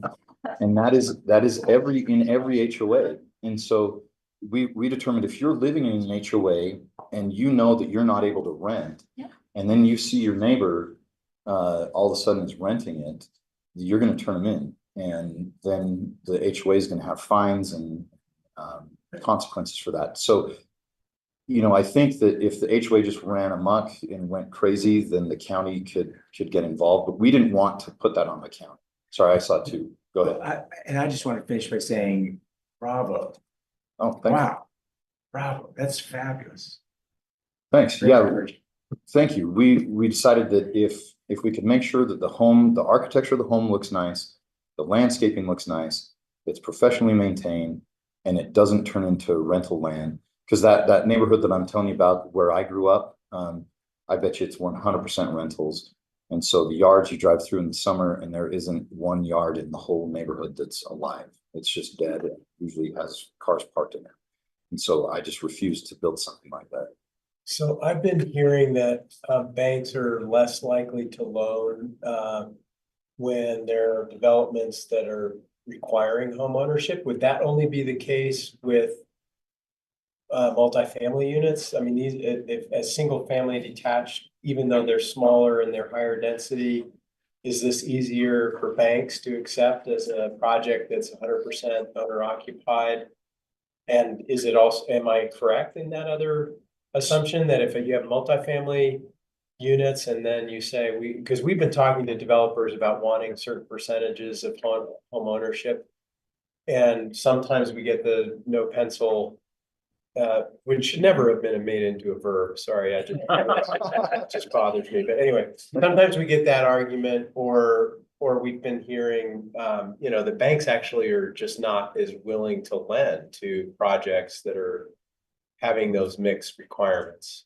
What do you know There's about two that? scenarios that I could think of that might apply to. One in like condo buildings, I think you can only get FHA loans up to 50%. And so then the other 50%, you've got to basically find cash buyers.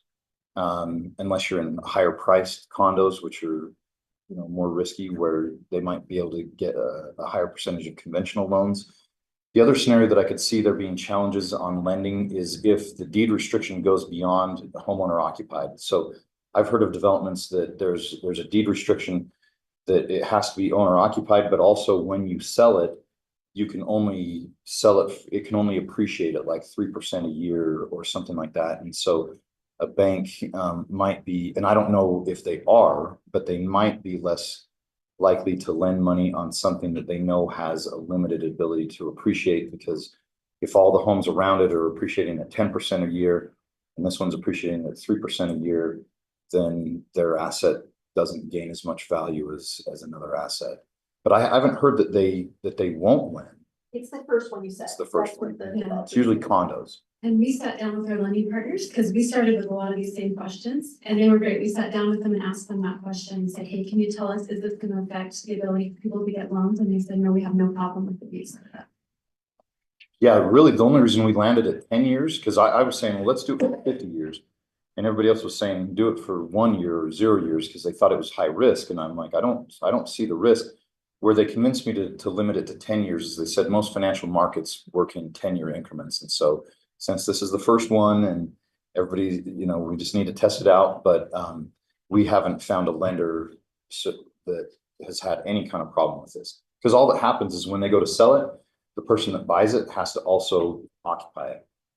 That's it. Love that.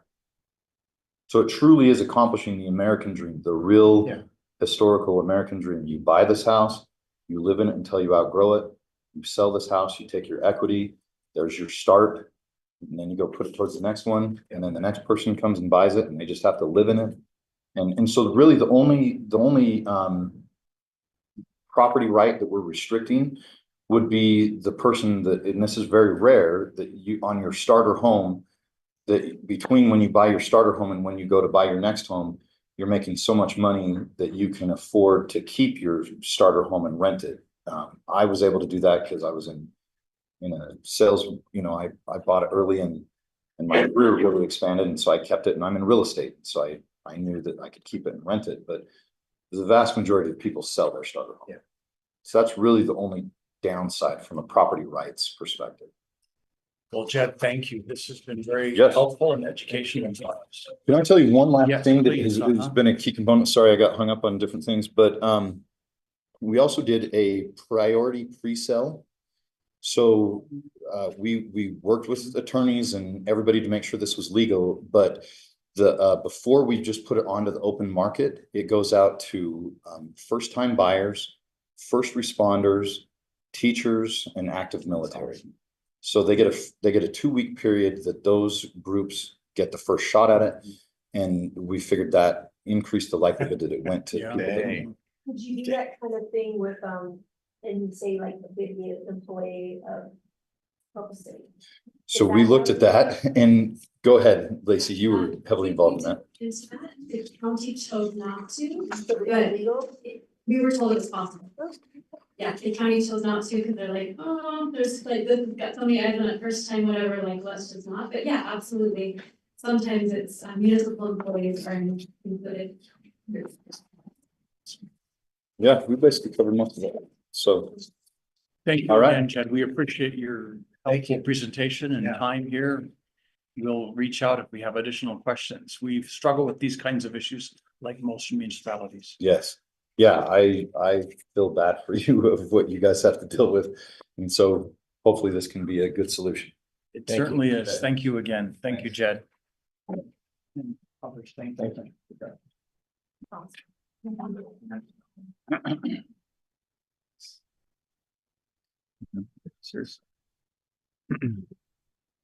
Next, we have a discussion regarding impacts of proposed legislation on transportation utility funds presented by our department, our Public Works Director, Gordon Haight.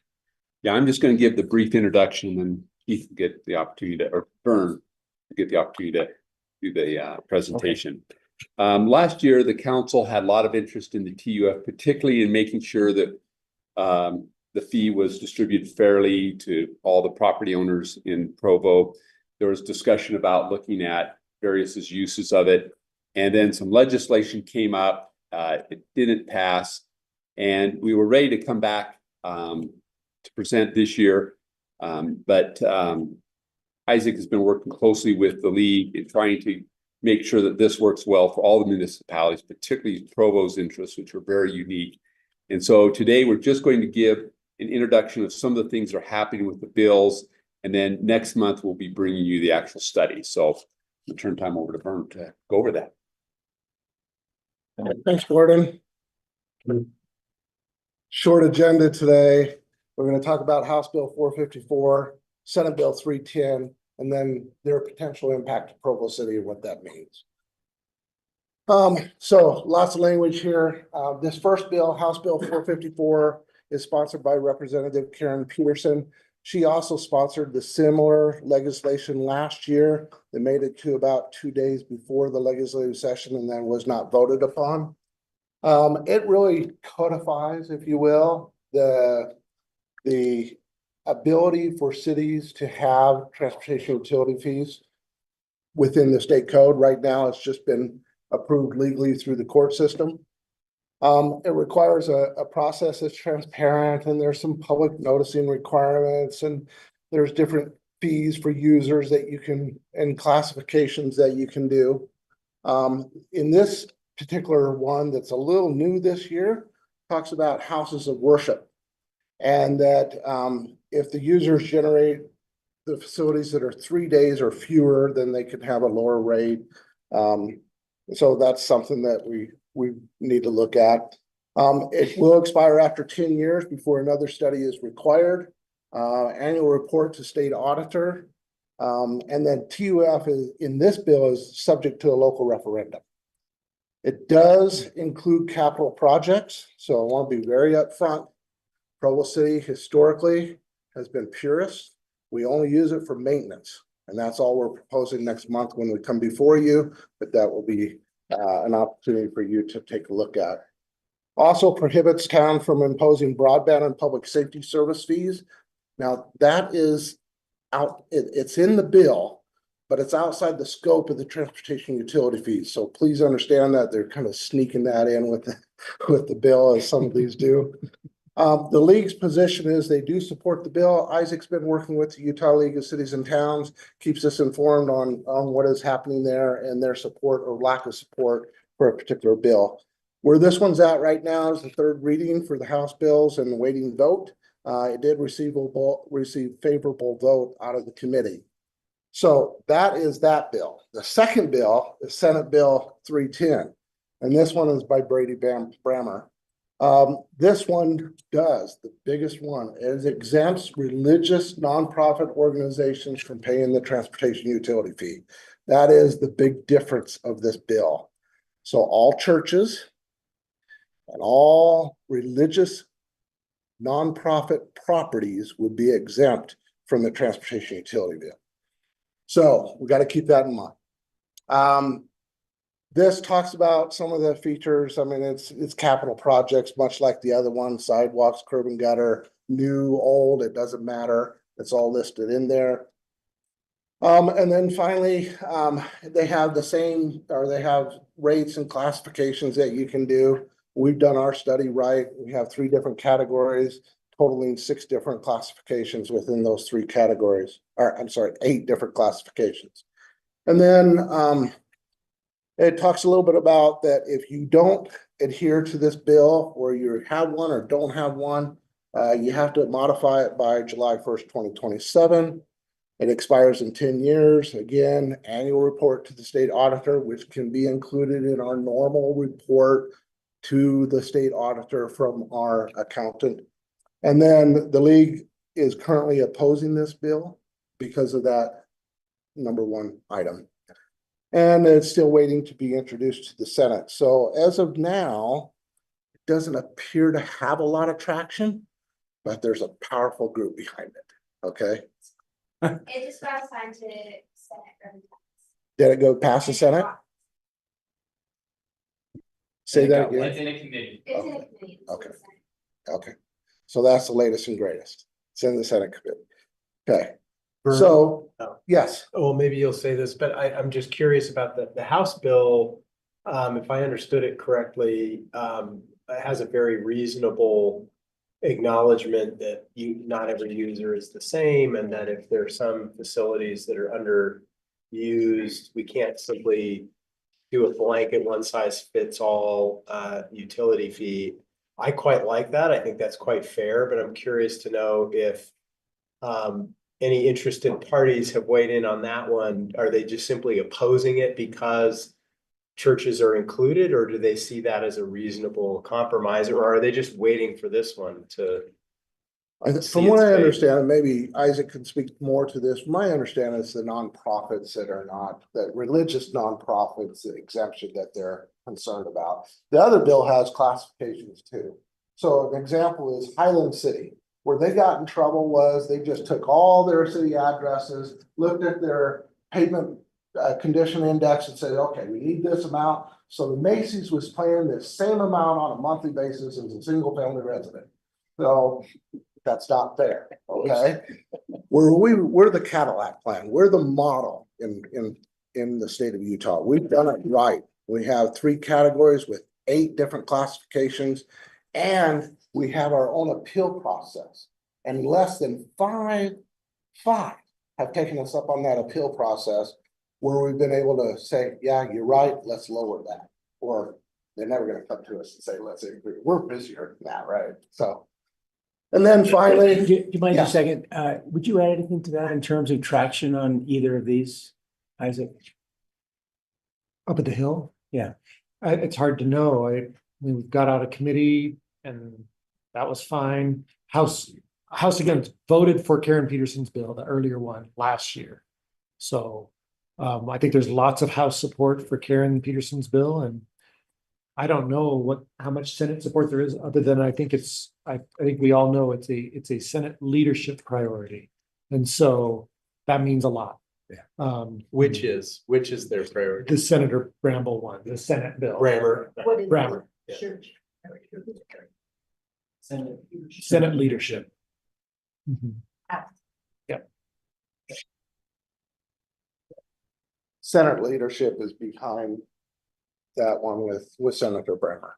So, okay, so what's its impact to Provo City if that particular bill does get passed and religious organizations with nonprofit status is exempted? We're talking about 10% of our transportation utility fee. So over $250,000 a year is what it amounts to. So there is an impact. It's not a fatal flaw, but it is impactful. So that is it. Could you go back? Yes. That I don't get it. Well, it doesn't Okay. take, So here's what we're raising right now, I got that. 2.7 million based upon our new fee. Yeah. Okay. If all churches, BYU and the MTC, which is properties and religious properties that are tax exempt,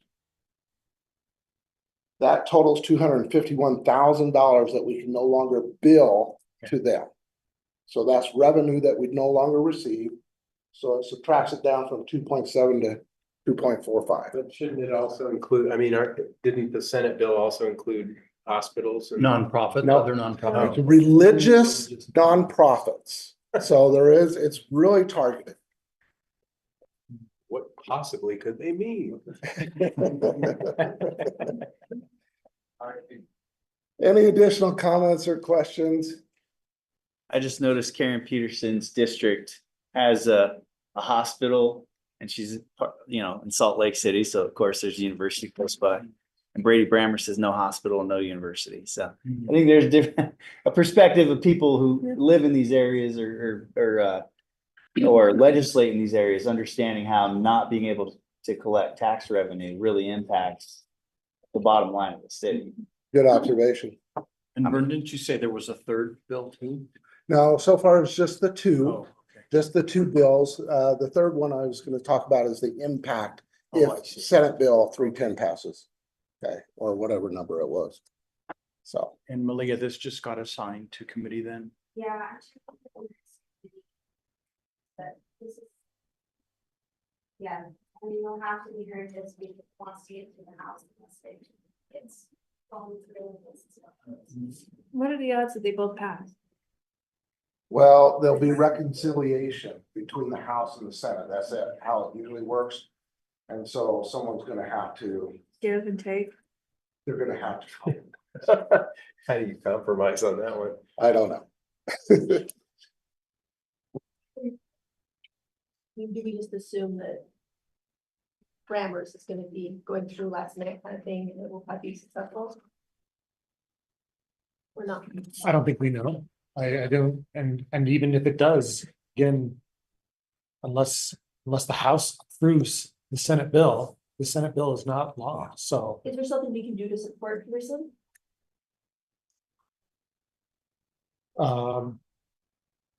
The league is not yet calling on people to activate the way they sometimes do, so they're still keeping an eye on that and see, but we're trying to support as we can. I went to the committee hearing where she presented, and so keep doing what can, following the league's lead. Thank So you. we'll be back, March 25th, I think is the council meeting that we want to be back to report back on the study and show you all the data and information about our transportation utility fee update. Okay. So we're excited to share that information with you. Yes, Malia. The Senate bill is in committee tomorrow at 9 AM. That's bad, right? Yeah, 3:10. Okay, thank you. Thank you, Malia. Thank you, Vern. Thanks, Malia. Appreciate the update. This is very helpful. The municipal council will now consider a motion to close the meeting. I'd like to make a motion to close the meeting. Motion by Councillor McKay to close the meeting. So. Second by, Well, no, that's what you're making the Yeah. motion for. And did you get the revised version of that? yeah. Switching back and forth? Right. Okay, Mhm. so Second. there are two items. We discussed in council closed meeting. Both of them have to do with character and competence of an individual, which is one of the group reasons for closing. Okay. And so we have a motion by Councillor McKay, second by Councillor Christensen. Councillor Hoban, Yes. Councillor McKay. Yes. Councillor Christensen. Yes. Councillor Garrett, yes. Councillor Hanley. Yes. Yes. Councillor Bogdan. Yes. Councillor Bush. Yep. We'll now recess the council meeting. If there's no objection, we will recess as the council and reconvene as the governing board of redevelopment agency. After RDA, we will reconvene as the council in the pre-function room for the closed meeting.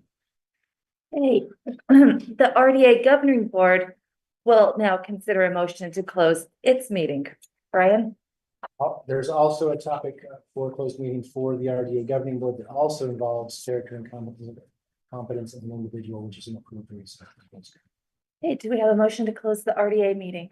Take a motion to close the meeting. I'll second.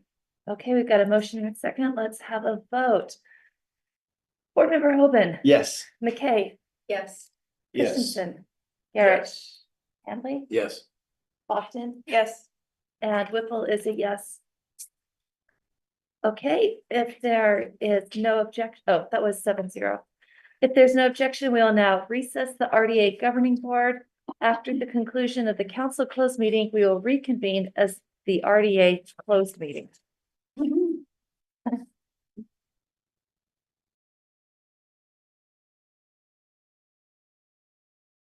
Recording stopped.